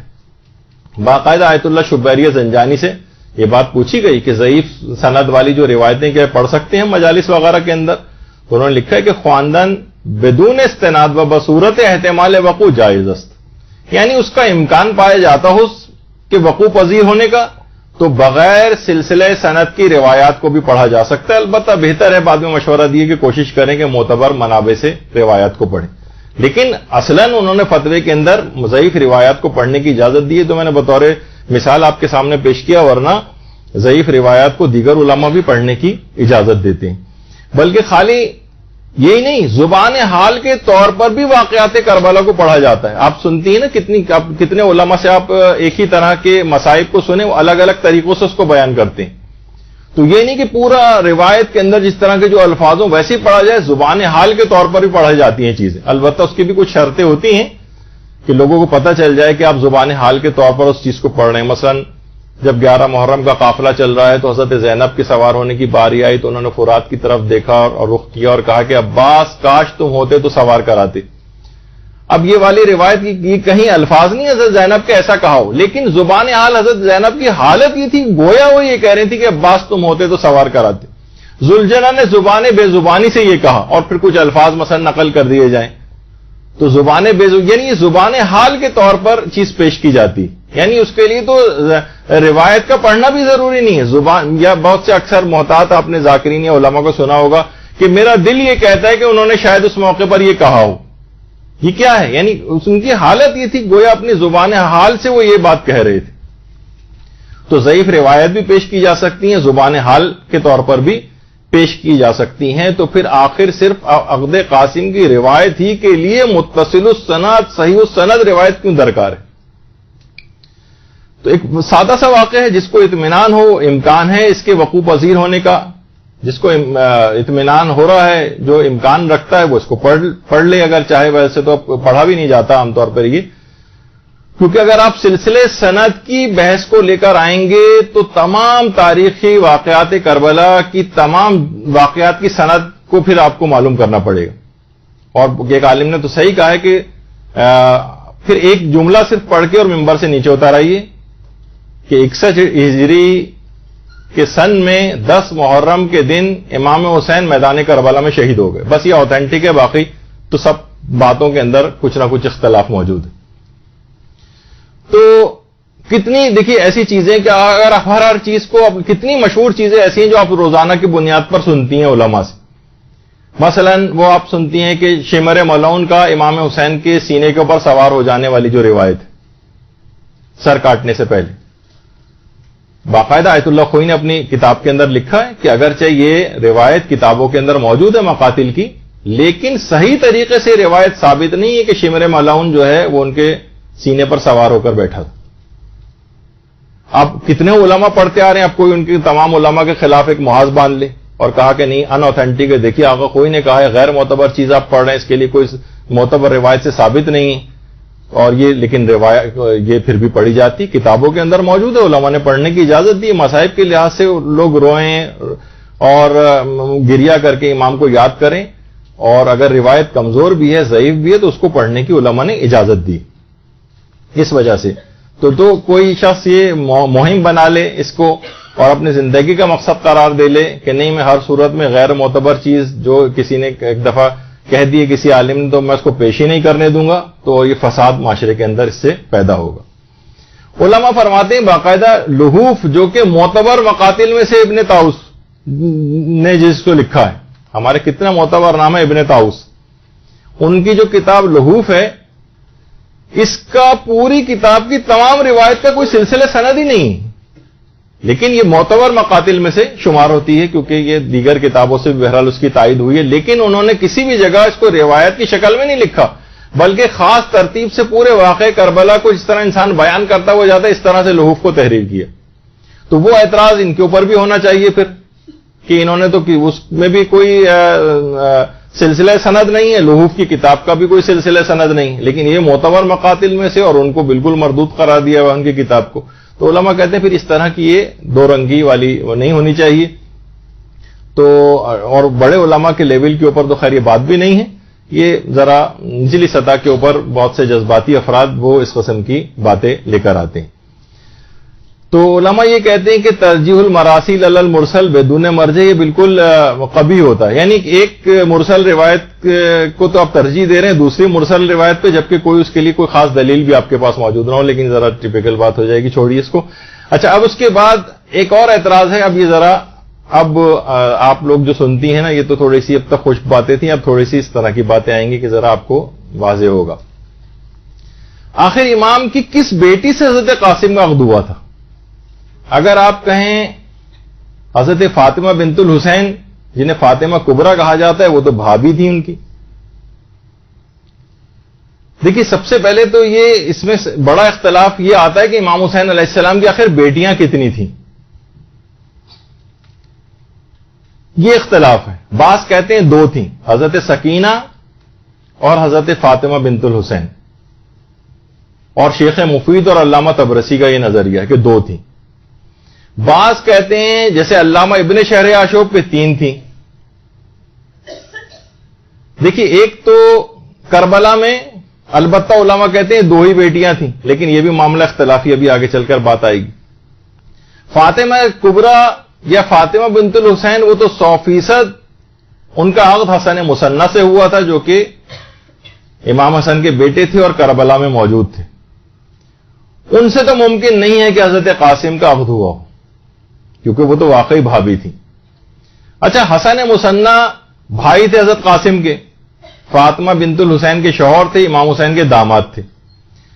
تو اچھا پھر انہی کی اولادیں تھیں عبداللہ محض, اور ان کی اولادوں میں پھر محمد نفس زکیہ اور ابراہیم بن عبداللہ جنہوں نے عباسی جو تھے حکمران ان کے خلاف قیام کیا تھا. یعنی امام حسن مجتبیٰ کا جو وہ دیکھیں اگر ان کے بعد کی اولادوں کا, تو اس کے اندر حسن مثنیٰ کی جو اولادیں ہیں, دیکھیں حسن مثنیٰ کی جو اولاد ہے یہ سادات تبا تبائی کا سلسلہ حسن مثنیٰ کی اولادوں سے شروع ہوا ہے. یہ جو سادات تبا تبائی ہیں یہ حسن مثنیٰ کی اولاد سے, اور عبداللہ شاہ غازی جو ہمارے یہاں کلفٹن پہ جن کا مزار ہے یہ خود حسن مثنیٰ کی اولاد میں سے. تو حسن مثنیٰ سے یعنی وہ فاطمہ کبریٰ کی شادی ہوئی تھی, وہ تو بالکل ایک علیحدہ وہ ہے. اچھا بعض علماء کہتے ہیں کہ یہاں پر ایک اشتباہ ہو گیا ہے, تاریخی اشتباہ. وہ یہ ہے کہ حسن مثنیٰ کی فاطمہ کبریٰ سے شادی ہوئی تھی, لیکن یہ شادی کب ہوئی تھی؟ یہ واقع کربلا سے شاید چند مہینے, 1 2 3 مہینے کے اندر اندر ہوئی. یعنی روایات میں ملتا ہے کہ امام حسین کی شہادت والے سن میں, وہ تو 61 ہجری ابھی تو شروع ہی ہوا تھا کہ شہادت ہو گئی, تو اس کا مطلب یہ ہے کہ محرم شروع ہونے سے 1 2 3 مہینے پہلے کی بات ہوگی. حسن مثنیٰ کی فاطمہ بنت الحسین کے ساتھ شادی ہوئی, اور یہ روز عاشور یہ جوڑا کربلا کے اندر موجود تھا. ایک شادی شدہ جوڑا اور تھا وہاب کلبی کا, نیا شادی شدہ وہ قربانی کے لیے موجود ہوا, اور یہ دوسرا شادی شدہ جوڑا جو موجود تھا وہاں پر. علماء کہتے ہیں شادی اتنی قریب واقع ہوئی ہے واقع کربلا سے کہ بہت سارے افراد کو تاریخ میں اشتباہ ہو گیا, اور حسن مثنیٰ کے بجائے قاسم کا نام نقل کر دیا گیا, جبکہ شادی ان کے بھائی سے ہوئی تھی. تو یہ کچھ علماء کہتے ہیں کہ اشتباہ شاید یہ ہے. اچھا دوسری بیٹی جو واقع کربلا میں ملتا ہے, زیادہ علماء کا رجحان ہے کہ 2 ہی بیٹیاں مثلا وہاں پر تھیں. دوسری بیٹی تھی حضرت سکینہ مثلا. کچھ علماء یہ کہتے ہیں وہ تو شادی کے قابل ہی نہیں تھی اور سن ازدواج کو نہیں پہنچی تھی. ابھی لیکن اس میں بھی اختلاف ہے, ابھی آگے چل کر آئے گا. تو آغا ابو الحسن شیرانی یہ فرماتے ہیں کہ امام کی 2 ہی بیٹیاں تھیں, فاطمہ بنت الحسین اور سکینہ. اور علامہ ابو الحسن شیرانی خود اس بات کے قائل ہیں کہ قاسم کی شادی امام کی ایک بیٹی سے ہوئی تھی. تو فاطمہ بنت الحسین تو حسن مثنیٰ کی بیٹی ہو گئی, اب بچی حضرت سکینہ. تو وہ ان کے مطابق یہ ہے کہ ان کی حضرت سکینہ سے شادی ہوئی. اچھا لیکن ابھی تو اب پھر آپ کہیں گے کہ پھر وہ کون تھیں کہ جو کہ قید خانے میں شہادت ہو گئی ان کی؟ ابھی سنیے. اچھا ابو الحسن شیرانی کہتے ہیں کہ 2 ہی بیٹیاں تھیں. علامہ ابن شہر آشوب جن کی کتاب مناقب ہے, ہمارے بڑے علماء میں ان کا شمار ہوتا ہے, وہ فرماتے ہیں امام کی 3 بیٹیاں تھیں. علامہ اربلی یہ بھی ہمارے بڑے اوتھینٹک علماء میں شمار ہوتے ہیں, ان کی کتاب کشف الغمہ ہے, کشف الغمہ فی معرفت الائمہ. اس میں انہوں نے کہا ہے کہ امام کی 4 بیٹیاں تھیں. البتہ نام 3 بیٹیوں کے نقل کیے ہیں, سکینہ, فاطمہ بنت الحسین اور زینب نام کی ایک بیٹی, زینب بنت الحسین. تو 4 بیٹیاں تھیں. پھر ملا صالح مازندرانی, ملا مہدی مازندرانی جن کی کتاب معالی السبتین ہے, اس میں بھی انہوں نے امام حسین کی 4 بیٹیوں ہی کا تذکرہ کیا. اچھا کچھ علماء نے ایک جگہ پر اور کچھ جگہوں پہ اور وہی عام لوگوں کے اندر زیادہ مشہور ہے کہ امام کی ایک بیٹی زبیدہ کے ساتھ جو ہے وہ حضرت قاسم کی شادی ہوئی تھی، لیکن یہ اتنی اوتھینٹک بات نہیں۔ اچھا اب دیکھیے تاریخ کے اندر کتنے مسائل ہیں، ہر طرف آپ کو بڑے بڑے علماء ملیں گے، اور یہ خود ائمہ کی تمام اولادوں کے متعلق ہے کہ ان میں بیٹے کتنے تھے اور بیٹیاں کتنی تھیں۔ آپ کو یاد ہوگا کہ امام حسین علیہ السلام کا ایک واقعہ وہ ملتا ہے جس میں انہوں نے جب ان کے بیٹے نے سورہ الحمد ایک معلم نے آ کر ختم کرائی تو امام نے ان کا منہ موتیوں سے بھر دیا۔ وہ کون سے بیٹے تھے؟ ان کا نام تھا جعفر، لیکن امام حسین کے کسی بیٹے جعفر کا نام اتنا معروف نہیں لوگوں میں۔ تاریخ کے اندر بہت ساری اس طرح کی چیزیں۔ تو حضرت رقیہ اگر فاطمہ بنت الحسین اور سکینہ تھیں تو پھر حضرت رقیہ کون ہے؟ اچھا اب دیکھیے، اب آپ کے سامنے دو چیزیں میں پیش کر رہا ہوں، اس سے آپ کو اندازہ ہوگا کہ تاریخ کے اندر عام لوگوں کو بولنے میں کتنی احتیاط کرنی چاہیے اور کوئی ایک یک طرفہ نظریہ نہیں بنانا چاہیے۔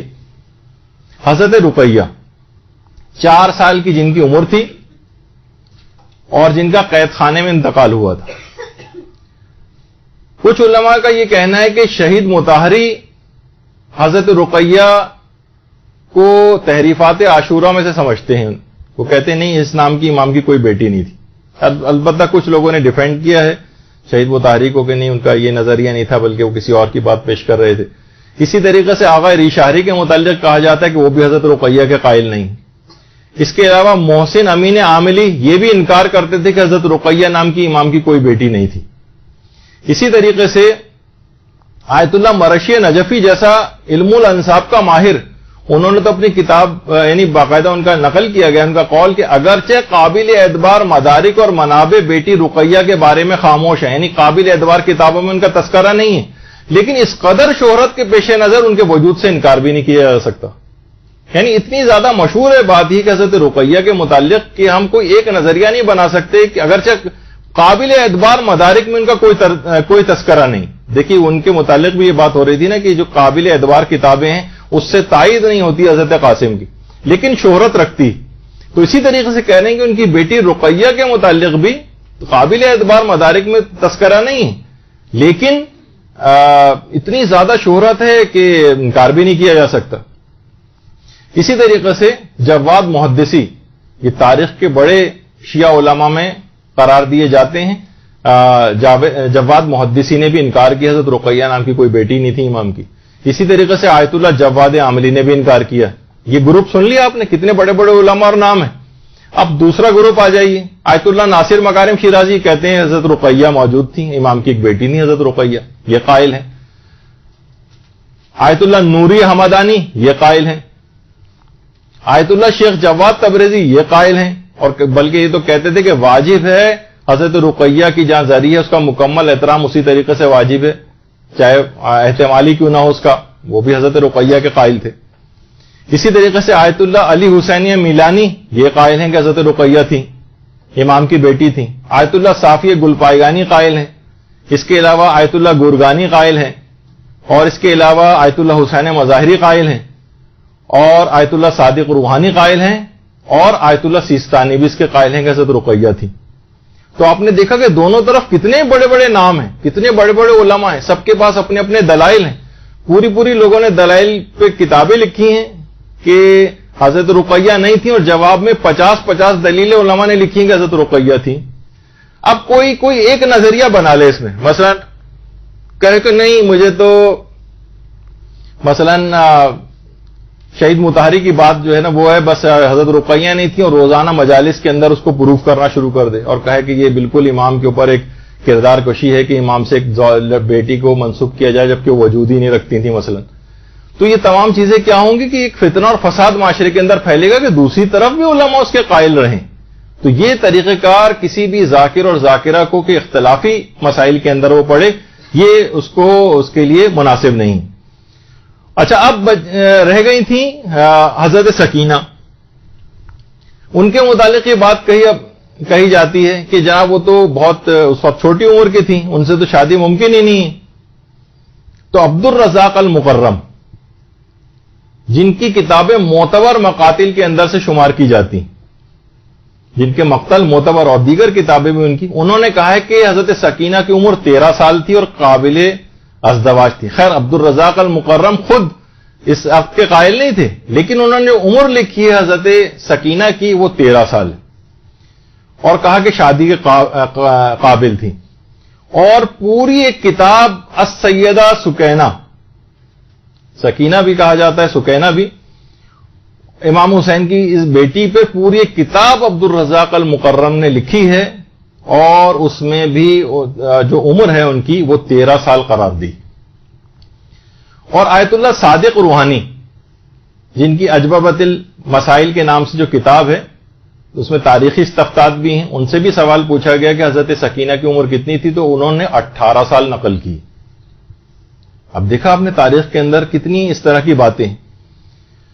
تو اب شیخ ترویحی جو زیادہ علماء نے جس روایت کو پیش کیا اس میں امام کی کسی بیٹی کا نام نہیں ہے کہ بس روایت میں یہ کہ امام نے اپنی ایک بیٹی کا عقد حضرت قاسم سے کیا،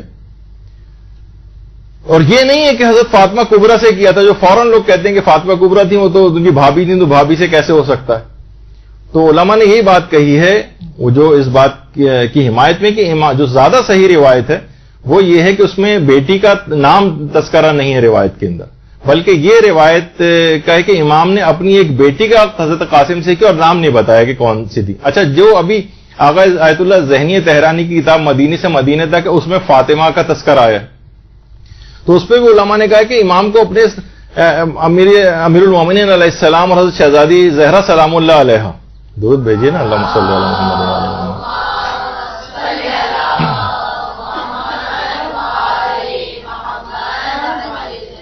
اتنے زیادہ عزیز نام تھے، اپنے سارے بیٹوں کے نام علی رکھے تھے، علی اکبر، علی اوسط، علی اصغر. یہ سب بعد میں ان کو ڈفرینشیٹ کرنے کے لیے ان کو اس طرح سے کہا جانے لگا. فاطمہ صغریٰ اور کبریٰ اور وسطیٰ وغیرہ اس طرح کے جو نام ہیں، کیونکہ ساری بیٹیوں کے نام فاطمہ رکھے تھے. تو امام کی کتنی بیٹیاں تھیں یہ خود ایک اختلافی بات ہے. آپ نے سنا 2 تھیں، 3 تھیں، 4 تھیں. علامہ اربنی نے لکھا جیسے کہ کچھ علماء اس کے بھی قائل ہیں کہ 5 تھیں اور کچھ 7 تک بھی لے کر جاتے ہیں. اور امام نے کیونکہ سبھی کے نام فاطمہ رکھے تھے، تو اب روایت میں جو فاطمہ ہے تو کون سی والی فاطمہ؟ ہو سکتا ہے کہ حسن مصنع والی فاطمہ نہ ہو، بلکہ کوئی اور بیٹی فاطمہ ہو امام کی، جن کا روایت کے اندر تذکرہ نہیں آیا ہے. تو اس احتمال کو مکمل طور پر رد نہیں کیا جا سکتا کہ فاطمہ نام ہی کی کسی بیٹی کے ساتھ عقد ہوا تھا، لیکن یقیناً وہ حضرت حسن مصنع کی زوجہ نہیں ہو سکتی، وہ تو بھابھی تھی ان کی، ان سے کیسے عقد ہو سکتا تھا؟ تو کوئی اور فاطمہ نام کی کوئی بیٹی امام کے ساتھ. اب کچھ علماء نے یہ بھی کہا کہ امام کی جو 2 بیٹیاں تھیں اس میں جو سکینہ اور رقیہ بھی گویا ایک لحاظ سے، کیونکہ امام کو بہت زیادہ ان سے محبت تھی، ان کے دل کا سکون تھی، تو وہاں پہ سکینہ کہا جاتا تھا. اور اس کے بعد جب وہ زندان شام میں آئیں اور ہر وقت روتی رہتی تھیں تو رونے والی کو رقیہ کہا جاتا ہے. تو وہاں پر کہاں ہے بھائی وہ رونے والی، تلاش کرو اس کو، تو وہ رقیہ کہہ کے پکارا جانے لگا، ورنہ سکینہ اور رقیہ ایک ہی چیز شخصیت کے نام ہے. اب بڑا تاریخ کے اندر اس طرح کی چیزیں ایسی ہیں کہ جیسے کہ ابھی میں نے آپ کو کہا کہ علامہ اربلی نے کشف الغمہ میں 4 بیٹیاں نقل کی ہیں، اور مؤلف سبتین کے اندر بھی جو ہے وہ 4 بیٹیوں کا تذکرہ ہے. تو اس امکان کے پیش نظر علماء نے اس کو جائز قرار دیا ہے اس کو پڑھنے کے لیے. اور اہل سنت علماء میں بھی محمد ابن طلحہ شافعی نے ان کی کتاب مطالب الصول ہے، اس میں بھی 4 بیٹیوں کا تذکرہ کیا ہے. اچھا، ایک اور بیٹی بھی ہیں زینب بنت الحسین، ان کا بھی بڑے بڑے ابن شہر عاشور محسن امین عاملی نے تذکرہ کیا ہے. اس کا مطلب ہے کہ وہ بھی الگ سے کوئی بیٹی تھی. اور ایک اور بیٹی کا تذکرہ بھی تاریخ میں ہے، خولہ بنت الحسین. ان کا بعلبک جو لبنان کے اندر ایک علاقہ ہے، وہاں پہ باقاعدہ ان کا جو روضہ بھی ہے، وہ امام حسین کی بیٹی کے لحاظ سے کچھ نے اس کو بھی نقل کیا ہے، اور باقاعدہ رہبر معظم نے اس روضے کو بعلبک میں بنوایا بھی ہے لبنان کے اندر، اور بڑا پرشکو ان کا وہ ہے. اور حزب اللہ وغیرہ کی جو دعائے افتتاح جو پڑھتے ہیں وہ اسی ان کے روضے میں جا کر پڑھتے ہیں. تو بہت ساری اس طرح کی چیزیں جو چلیں اتنی اوتھینٹک نہیں ہیں، زیادہ قابل اعتبار قرار نہیں دیا جا سکتا، لیکن خولہ نام کی بھی ایک بیٹی تھی. تو بہت ساری اس طرح کی باتیں تاریخ کے اندر ہیں. اچھا، کچھ یہ بھی کہتے ہیں کہ حضرت قاسم عمر کے اعتبار سے بالغ نہیں تھے، تو کیسے ممکن ہے کہ ان کی شادی کی بات جو ہے وہ ہوئی ہو؟ تو دیکھیے، سب سے پہلے تو حضرت قاسم کی عمر کے متعلق اختلاف ہے اور خود امام حسن کی شہادت کی جو سن ہے اس میں بھی اختلاف ہے. مثلا شیخ طوسی نے 49 ہجری لکھا ہے, ابن قتیبہ نے 51 ہجری لکھا ہے, اور ابو الفرج اصفہانی انہوں نے 50 ہجری لکھا ہے, اور کچھ علماء نے 47 ہجری بھی. بہرحال حضرت قاسم کی عمر جو ہے کچھ روایات میں تو یہ ہے کہ 4 سال کے تھے, لیکن وہ آپ کیسے اس کو وہ کر سکتے ہیں کہ 4 سال کا بچہ جو جا کے اور وہاں جا کے میدان جنگ میں مقابلہ کر رہا ہو, تو وہ تو اتنی قابل اعتنا نہیں ہے. لیکن 11 سال 13 سال اور 14 سال بھی روایات کے اندر آئی. اچھا, لیکن یہ بلوغ کے اعتبار سے بلوغ کی جو عمر ہے, عمر کے اعتبار سے دیکھیے, عمر جب 15 سال کوئی بھی لڑکا اپنی عمر کو مکمل کر لیتا ہے تو عمر کے اعتبار سے بالغ ہو جاتا ہے. لیکن بہت ساری دیگر علامات بلوغ سے ممکن ہے وہ ان علامات بلوغ کی وجہ سے وہ پہلے بالغ ہو جائے. آج بھی لڑکے 12 سال 13 سال کی عمر میں بالغ ہو جاتے ہیں. تو اس زمانے میں عربوں کے معاشرے کے اندر جبکہ ان کی جسمانی ساخت اس زمانے کی جو حالت ہوتی تھی کہ حضرت قاسم نے مثلا اتنے پہلوانوں کا مقابلہ کیا, روایت میں اتنے لوگوں کو واصل جہنم کیا, تو یہ اس زمانے کی فزیک ایسی ہوتی تھی کہ وہ عمر کے اعتبار سے نہیں بلکہ دیگر علامات بلوغ کے اعتبار سے جلدی بالغ ہو جاتے تھے. یعنی اس بات کا امکان موجود ہے. ایک تو عمر کی شرط ہوتی ہے اور عمر کی شرط سے بھی پہلے لڑکے جو ہے وہ بالغ ہو سکتے ہیں. اچھا, لڑکیاں جو ہیں جیسے کہ ملتا ہے کہ لڑکیاں 9 سال کی عمر میں بالغ ہو جاتی ہیں. اس زمانے میں دیکھیے ایسی کاٹھی ایسی فزیک ہوا کرتی تھی لڑکیوں کی کہ 9 سال کی عمر میں شادیاں ہو جاتی تھیں. حضرت زہرا سلام اللہ علیہ کی شادی کے متعلق آپ سنتی ہیں.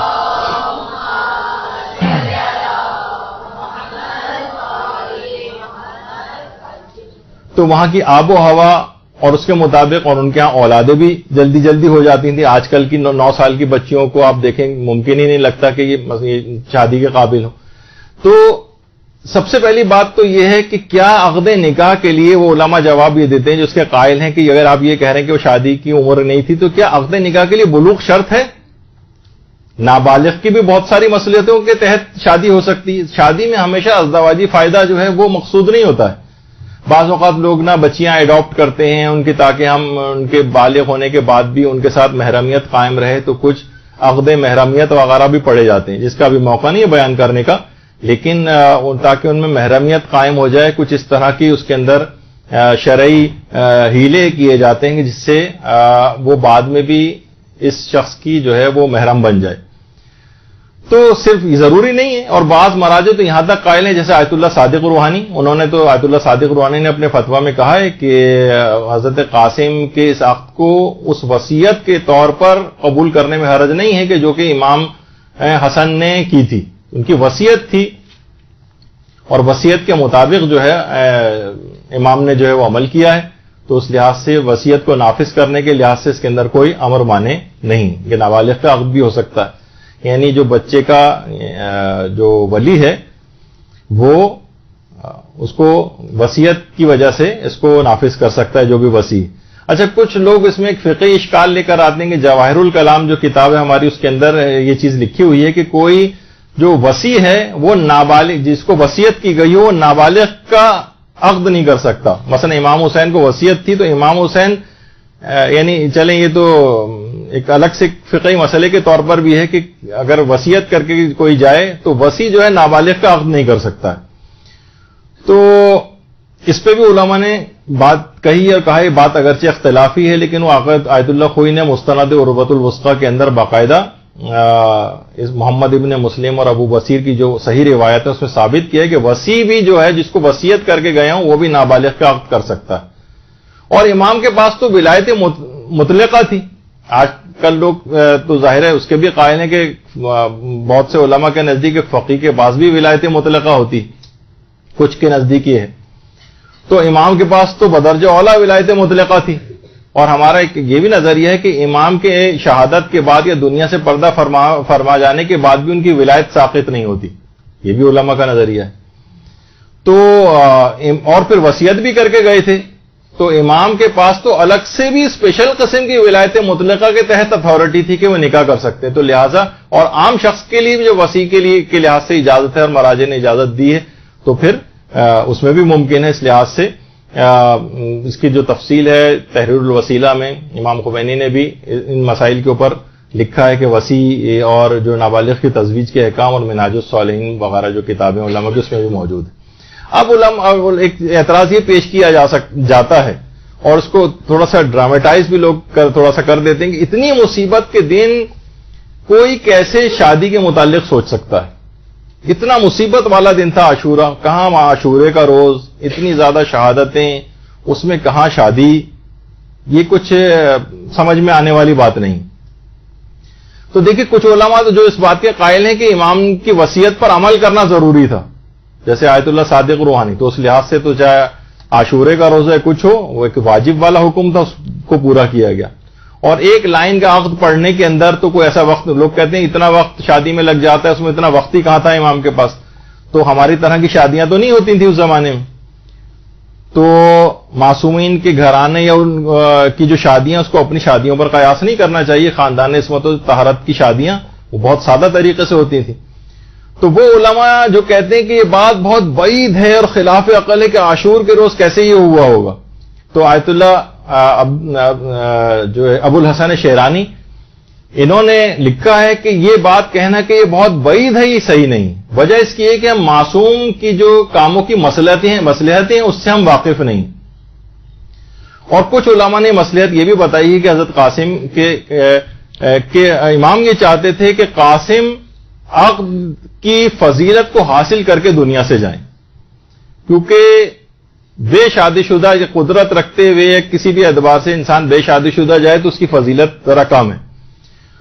تو اور علماء نے یہ بھی کہا کہ روایت کے اندر یہ بھی آیا کہ نیک شخص جو ہوگا وہ آخرت میں اپنی زوجہ صالحہ کے ساتھ ملحق کیا جائے گا، یعنی جنت میں وہی اس کی زوجہ بنے گی. تو امام حسین علیہ السلام اپنے بھائی امام حسن کے اس احسان کو کہ ان کے بیٹے نے اپنی جان امام حسین پر قربان کی، اپنی بیٹی سے جو اس وجہ سے تزویج کی کہ اس احسان کے احترام میں اس عمل کو امام نے انجام دیا.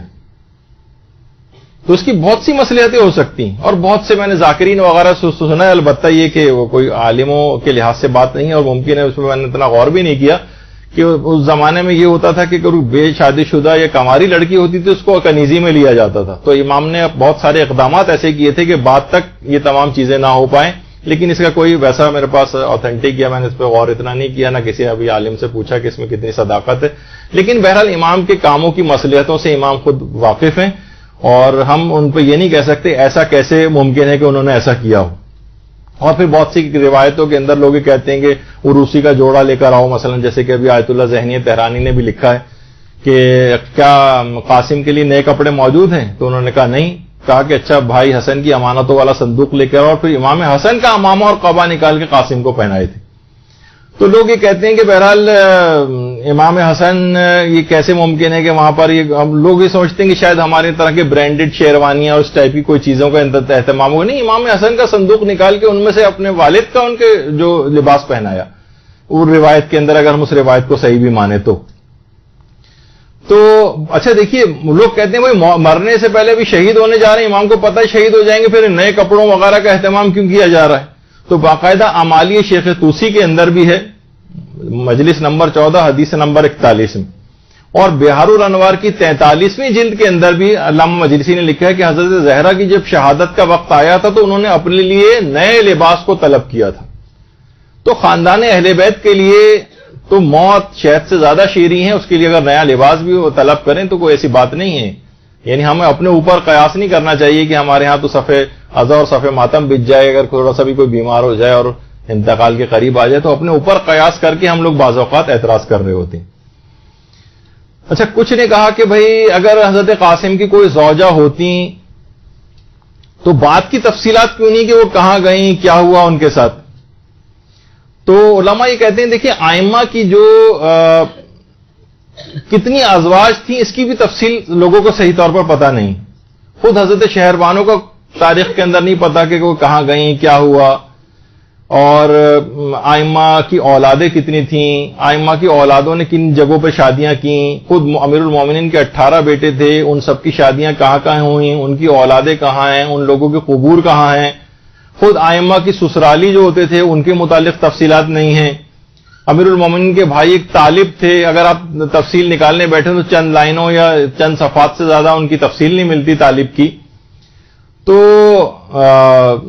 اگر کسی کا تذکرہ نہ ملے بعد میں تو یہ کوئی آرگومنٹ نہیں ہے کہ ورنہ پتا ہوتا کہ بھئی کون تھیں، کہاں گئیں. بہت ساری تفاصیل تاریخ کے اندر موجود نہیں، لیکن اس کا امکان موجود ہے، احتمال موجود ہے، تو لہٰذا اس وجہ سے اس کو علماء نے پڑھنے کی اجازت دی. اچھا، کچھ لوگ اس پہ بھی اعتراض کرتے ہیں کہ اگر آپ پوری روایتیں پڑھیں تو حضرت قاسم کا اپنی زوجہ سے ایک مکالمہ ہے، ایک مکالمہ، اور شوہر و بیوی میں جس طریقے سے بات ہوتی ہے تو انہوں نے کہا کہ میں آپ کو، انہوں نے کہا میں جانا چاہتا ہوں میدان جنگ میں، تو انہوں نے کہا کہ میں آپ کو شہید ہو گئے تو میں آپ کو میدان حشر میں کیسے پہچانوں گی، تلاش کروں گی. تو حضرت قاسم نے اپنے لباس کا ایک ٹکڑا پھاڑ کے ان کو دیا کہ تم اس کے ذریعے مجھ سے پہچان دو. لوگ کہتے ہیں کہ بھئی کیسے ممکن ہے کہ میدان کارزار کے اندر جا رہے ہوں اور شوہر و بیوی میں اس طرح کی باتیں ہو رہی ہوں. تو یہ دیکھیے ہم اپنے مطابق یہ چیز سوچ رہے ہیں. حضرت زہیر ابن قین جو امام کے صحابی تھے، یہ عاشور کے روز مذاق کر رہے تھے. کوئی کہے کہ بھئی یہ کیسے ممکن ہے، یہاں لاشوں پہ لاشیں گر رہی ہیں اور زہیر ابن قین مذاق کر رہے ہیں. بعض صحابہ نے اعتراض بھی کیا تھا امام کے ساتھیوں نے. تو زہیر نے کہا تھا تم کو پتا ہے کہ میں ایک سنجیدہ شخص ہوں، لیکن آج یعنی گویا جنت کو اپنی آنکھوں سے دیکھ رہا ہوں، تو اب میں اس خوشی میں جو ہے وہ مذاق کر رہے ہیں. بلکہ ایک جملہ ہے، اب اس پہ بھی ایسے افراد کو جو یہ اعتراض کرتے ہیں کہ انہوں نے شوہر و بیوی نے اس قسم کی بات آپس میں جو کر رہے تھے تو یہ تو موقع اس قسم کی باتوں کا نہیں تھا. تو زہیر کی ان بات کو کیا کہیں گے، جو کتاب لحوف کے اندر جو معتبر ترین مقاتل میں سے کہ انہوں نے کہا کہ زہیر نے کہ ادھر میرے گردن پر تلوار چلے گی اور ادھر میرا حور عین کے ساتھ معانقہ ہوگا. ثم نعانق الحور العین، یعنی ادھر میری گردن پر تلوار چلے گی، ادھر اب لوگ کوئی کہے کہ بھائی یہ کیا بات ہوئی، یہ کوئی یہ موقع اس قسم کی باتیں کرنے کا ہے زہیر، یہ میدان کارزار ہیں، یہاں لاشوں پہ لاشیں جو ہے گر رہی ہیں اور اس میں جو ہے آپ اس قسم کی باتیں، حوروں کا تذکرہ، ان سے معانقہ کا تذکرہ کر رہے ہیں. تو لحوف جو کہ آتھینٹک ہے، تو اس قسم کے اعتراضات، ایسی بھونڈے قسم کے اعتراضات یہ جو ہے وہ نہیں کرنے چاہیے. پھر وہاب کلبی کی زوجہ کا اگر مکالمہ پڑھیں، امام کے پاس گئی تھیں اور کیا کیا ان سے باتیں ہوئی تھیں وہ بھی اگر بیان کرنے بیٹھے. تو بہرحال دیکھیے بہت ساری ایسی چیزیں کہ روایات کا مرسل ہونا یا اس کا سند نہ ہونا یہ اس کے جھوٹا ہونے کی دلیل نہیں. اس سے پہلے بھی بات آئی ہے. اور باقاعدہ اگر کوئی اعتراض کرے کہ بھئی یہ جو شیخ تریحی ہیں ان کی کتاب کے اندر تو مرسل روایتیں ہیں، تو آیت اللہ صادق روحانی نے اپنی کتاب کے اندر لکھا ہے کہ ٹھیک ہے ان کتابوں کے اندر مرسل روایتیں ہیں، لیکن اس سے ان کا اعتبار ساقط نہیں ہوتا ہے. لعدم اعتبار الاتصال السندی فی الاخبار التاریخیہ، کہتے ہیں کہ تاریخ کی جو باتیں ہیں اس کے اندر اتصال سند درکار نہیں ہوتا تاریخ کی باتوں. اور شیخ تریحی کی تو بہت جلیل القدر، بہت عظیم المرتبت شخصیت انہوں نے اس لحاظ سے قرار دیا ہے. تو اب یہ تو ہو گیا کہ بہت سارے علماء کے نزدیک ثابت نہیں ہے معتبر روایت سے عقد قاسم، لیکن اس پہ بھی آپ نے باتیں سنی. لیکن کتاب کا حوالہ دے کر اس عقد کو بیان کرنے کی اجازت ہے. نہیں پہلے نہیں بس کو چھوڑیے، ایک اور بات، کن علماء اور مراجع کے نزدیک عقد قاسم کو مجالس میں پڑھنے کی اجازت ہے؟ آیت اللہ خوئی، آیت اللہ خوئی سے بھی یہ بات پوچھی گئی ہے، اور اس کے اندر حضرت قاسم کے عقد کو حضرت سکینہ کے ساتھ یا سکینہ کے ساتھ جو سوال یہ پوچھا گیا ہے ان سے.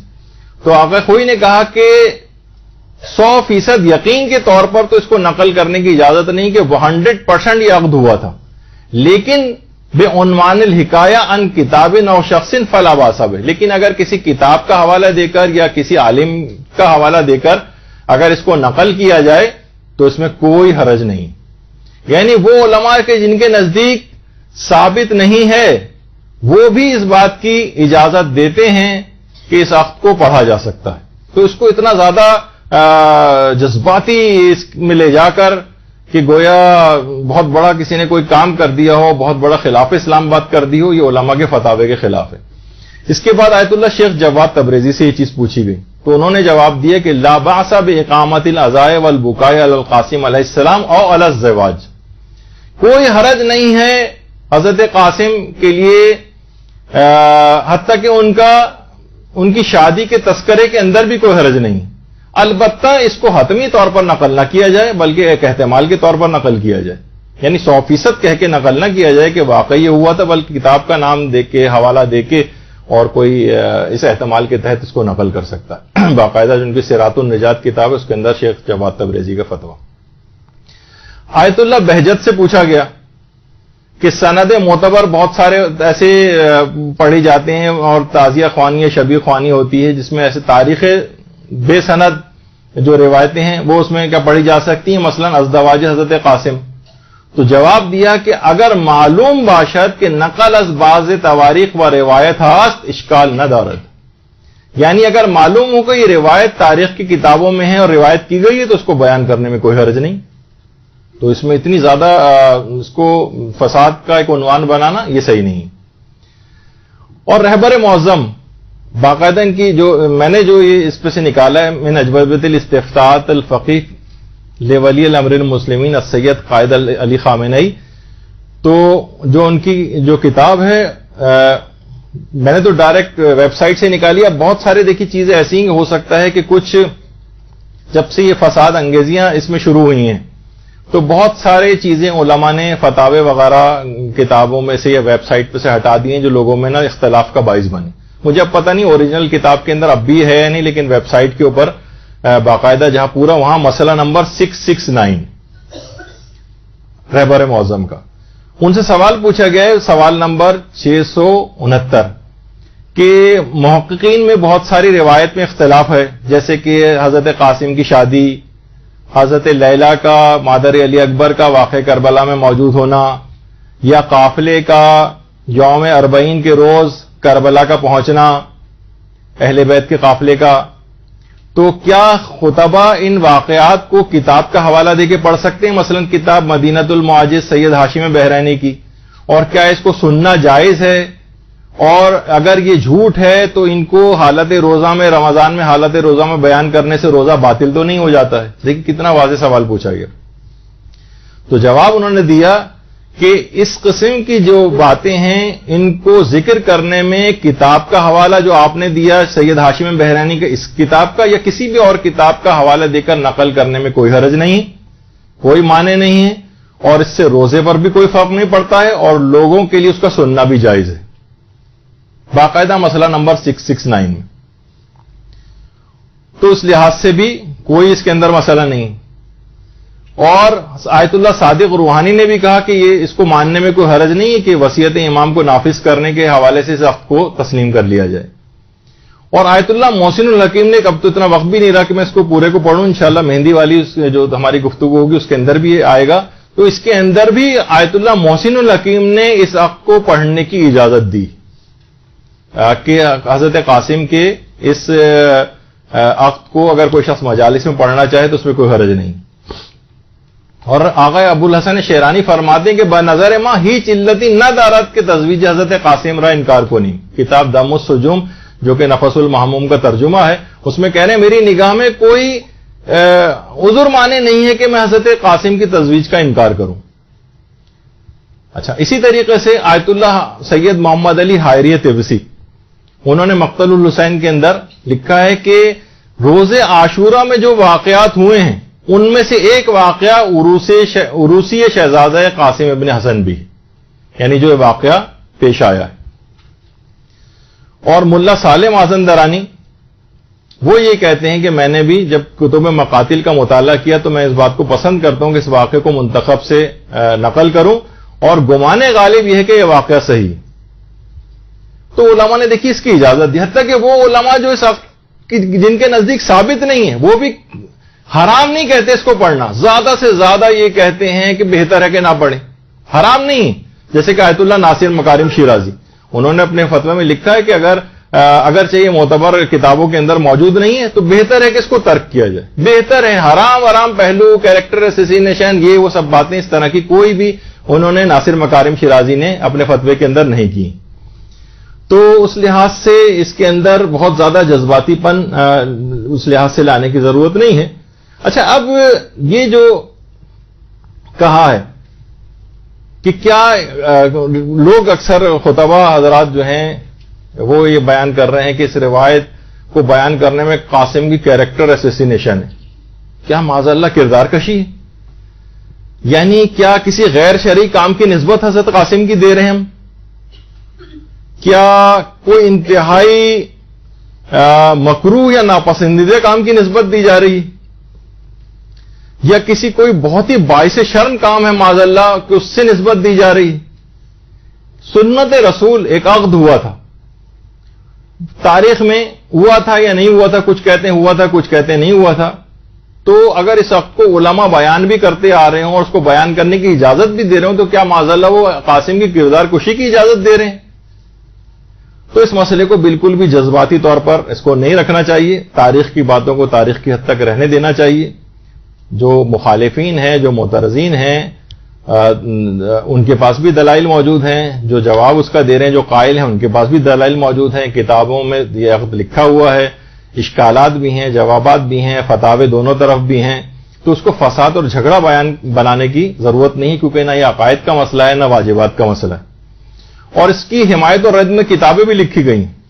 التقریر الحاسم لعرس القاسم، باقاعدہ اس کی رد میں کتاب لکھی گئی ہے. قول ثواب فی نفی عرس القاسم، اور اس کے علاوہ جو اس کی حمایت میں لکھی گئی ہیں کتابیں، البیان المبرہن فی عرس القاسم ابن حسن، اور آغا مرشی حائری جو شہرستانی کے نام سے مشہور تھے، انہوں نے کتاب لکھی الحجج القاطعہ فی اثبات وقوع عرس القاسم ابن حسن والرد علی التقریر الحاسم، یا دفع المغالطہ فی مسئلہ عرس القاسم ابن حسن بکربلا، دق الخشوم فی جواز قرأت عرس القاسم المظلوم، رد علی تقریر الحاسم وغیرہ. کتنی اس طرح کی کتابیں ہیں. اور باقاعدہ آقا بزرگ تہرانی نے اپنی کتاب الذریعہ کے اندر 17ویں جلد کے اندر اور کچھ اور جلدوں کے اندر بھی ان تمام کتابیں جو عروس قاسم کے لیے حق میں لکھی گئی ہیں وہ ان کے بھی نام نقل کیے ہیں، اور جو خلاف لکھی گئی ہیں ان کے بھی نام نقل کیے ہیں، اور جو حمایت میں لکھی گئی ہیں ان کے نام جو ہیں وہ زیادہ ہیں، اگر 17ویں جلد میں اور جو جلدیں ہیں اس کے اندر بھی.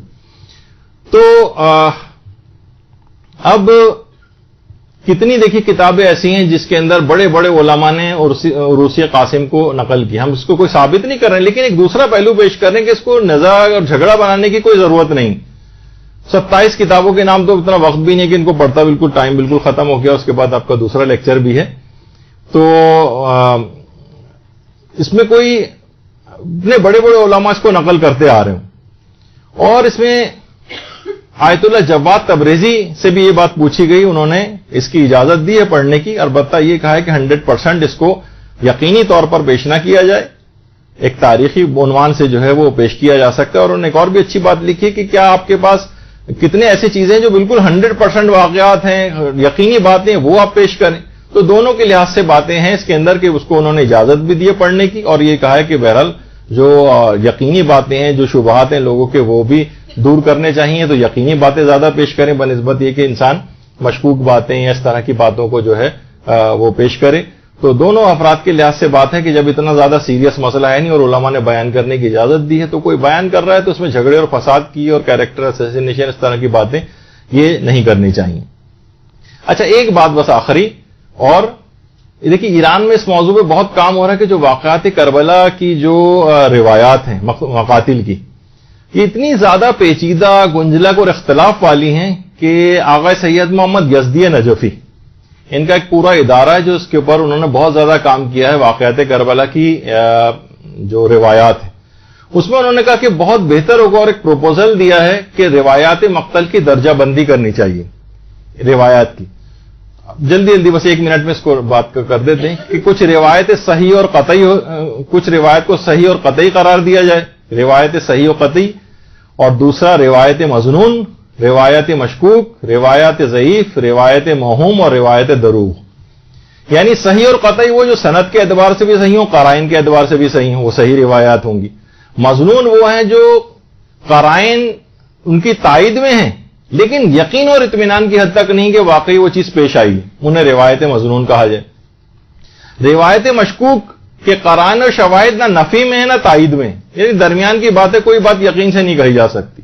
روایات ضعیف کہ ظن یہی ہے کہ وہ واقعہ نہیں ہوا لیکن احتمال صحت حد معقول حد تک ہے. اور اس جو عقد قاسم کی جو روایت ہے اس کو انہوں نے کہا ہے روایت ضعیف ہے ایک اور مقام پر. یعنی اس کے قرائن ظنی تو موجود ہیں کہ شاید 10 محرم کے روز بہت مشکل ہے کہ واقعہ ہوا ہو، لیکن احتمال صحت در حد معقول است، یعنی بہت معقول حد تک اس کے صحیح ہونے کا امکان ہے.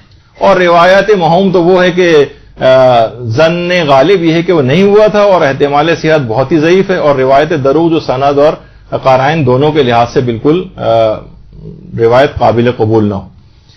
تو اب دیکھیے بس اس بات کو ختم کرتے ہیں کہ اس کو باعث نزاع بنانا، اس کے خلاف سوشل میڈیا کے اوپر باقاعدہ کوئی کیمپین چلانا، لوگوں کا آپس میں ایک دوسرے سے جھگڑا کرنا، تانا زنی کرنا، کورٹ کچہری تک معاملات چلے جائیں، اب یہ بھی سلسلے جو ہے وہ شروع ہو رہے ہیں.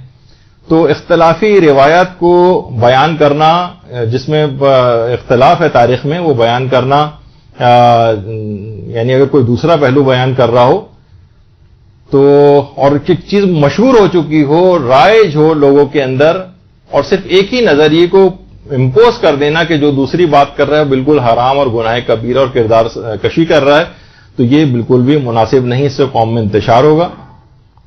اور ملت کا جو اتحاد اور اتفاق ہے وہ اتنے چھوٹے چھوٹے تاریخی مسائل سے بہت زیادہ ہے کہ ہم آپس میں دست و گریباں ہو جائیں، روزانہ کی بنیاد پر قتل ہو رہے ہوں، سب کچھ ہو رہے ہوں، اور ہم جو ہے بیٹھے ہوئے کہ وہ اس طرح کی گفتگو. جب ہلاکو خان نے بغداد پہ قبضہ کیا تھا تو اس زمانے میں کچھ لوگ یہ والی ڈسکشن کر رہے تھے کہ حضرت آدم نے جس استرے سے پہلے حج کے بعد جو بال منڈوائے تھے اس کی دھار دائیں طرف تھی کہ بائیں طرف تھی.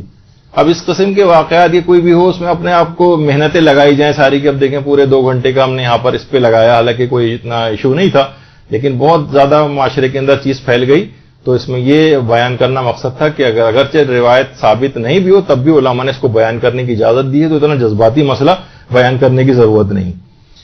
اور جب ہی آغا سیستانی نے خطبہ ذاکرین نوحہ خوانوں کے نام جو ایام عزا شروع ہونے سے پہلے جو پیغام دیا تھا، اس میں یہی کہ انہوں نے کہا کہ ممبر حسینی سے شیعوں کے درمیان موجود اختلافات کو بیان نہ کیا جائے، چاہے ان اختلافات کا تعلق فکری شعبے سے ہو یا ان کا تعلق شاعر حسینیہ سے ہو.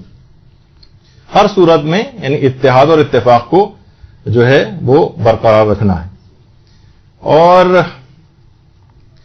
امام خمینی نے بھی سن 1400 ہجری میں اول ماہ محرم میں ذاکرین اور علماء قوم سے خطاب کرتے ہوئے ایک جملہ ارشاد فرمایا تھا.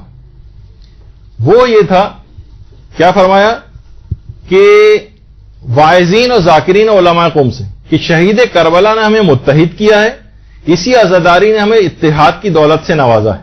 یہ شیطانی ہتھ کنڈے ہیں اور شیطان کے چبائے ہوئے لقمے ہیں جس کے ذریعے وہ ہمارے اتحاد کو چھیننا چاہتا ہے. استعمار کے ایجنٹوں نے علماء اور نوجوانوں کو ایک دوسرے کے خلاف کیا ہے، دونوں طرف سے نفرت انگیز باتوں نے باہمی نفرتوں میں اضافہ کیا ہے. تو جب بھی اس قسم کے جھگڑے آتے ہیں اور لوگ ایک دوسرے سے بحث و مباحثہ کرتے ہیں تو ہمیشہ دیکھنے میں آتا ہے کہ اختلاف، جھگڑے، ایک دوسرے کو برا بھلا کہنا، پھر علماء کو برا بھلا کہنا، یہ سب اس کے اندر شامل ہو جاتا ہے. تو یہ تاریخی واقعہ جو کہ اختلافی تاریخی واقعہ ہے، اس کے اندر اتنا زیادہ اس کو جذباتی پن اس کے اندر لے آنا کہ لوگ ایک دوسرے کے خلاف ہو جائیں، ایک دوسرے کے خلاف مقدمے بازی تک کے اندر نوبت پیش آ جائے، تو ایک لحاظ سے اس میں یہ کہا جائے گا کہ شیطان کے چبائے ہوئے لقمے ہیں جس سے وہ ہمارے اتحاد کو چھیننا چاہتا ہے. اتحاد بہت زیادہ ضروری ہے قوم میں، چھوٹے موٹے مسئلوں کے اندر جذباتی لحاظ سے اس میں نہیں آنا چاہیے. اور آپ لوگوں کا آخر میں بس یہی والی نصیحت دوبارہ کہ کوئی بھی اختلافی بات یا جو معاشرے کے اندر آپ کا کوئی نظریہ ہو، آپ کی کوئی تحقیق ہو، تو ضروری نہیں کہ آپ 100% اس کو لوگوں پہ امپوز کریں. بہت ہوا تو اپنا صرف ایک کچھ علماء یہ کہتے ہیں کہ اس طرح سے، کچھ علماء کہتے ہیں اس طرح سے، اور اپنی بات آپ بہت اس طرح سے بھی پیش کی جا سکتی کہ معاشرے کے اندر کوئی فساد اور جھگڑا نہ ہو. لیکن جب آپ اس طرح کی باتیں کریں گے کہ کردار کشی ہو رہی ہے اور ایک دین اسلام منہدم ہوا جا رہا ہے، اس وقت کو بیان کرنے سے تو ایسا کوئی مسئلہ نہیں، علماء نے اجازت دی. اب صرف ایک مسئلہ رہ گیا ہے کہ ابھی ہم نے کہا تھا کہ عقد قاسم بیان کرنا بالکل الگ چیز ہے، اور مہندی کیوں نکالتے ہیں؟ یہ تو گویا ایک لحاظ سے ایک ہندوانی رسم ہے جیسے کہ عام طور پہ کہا جاتا ہے. اس پہ علماء کیا کہتے ہیں، نظریات کیا ہیں، اس سے ملحقہ جتنی اور رسومات عزاداری ہیں، اس پہ انشاءاللہ ہماری اگلی گفتگو ہوگی.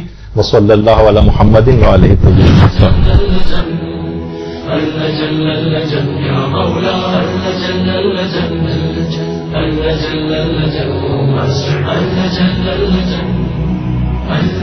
يا صاحب الزمان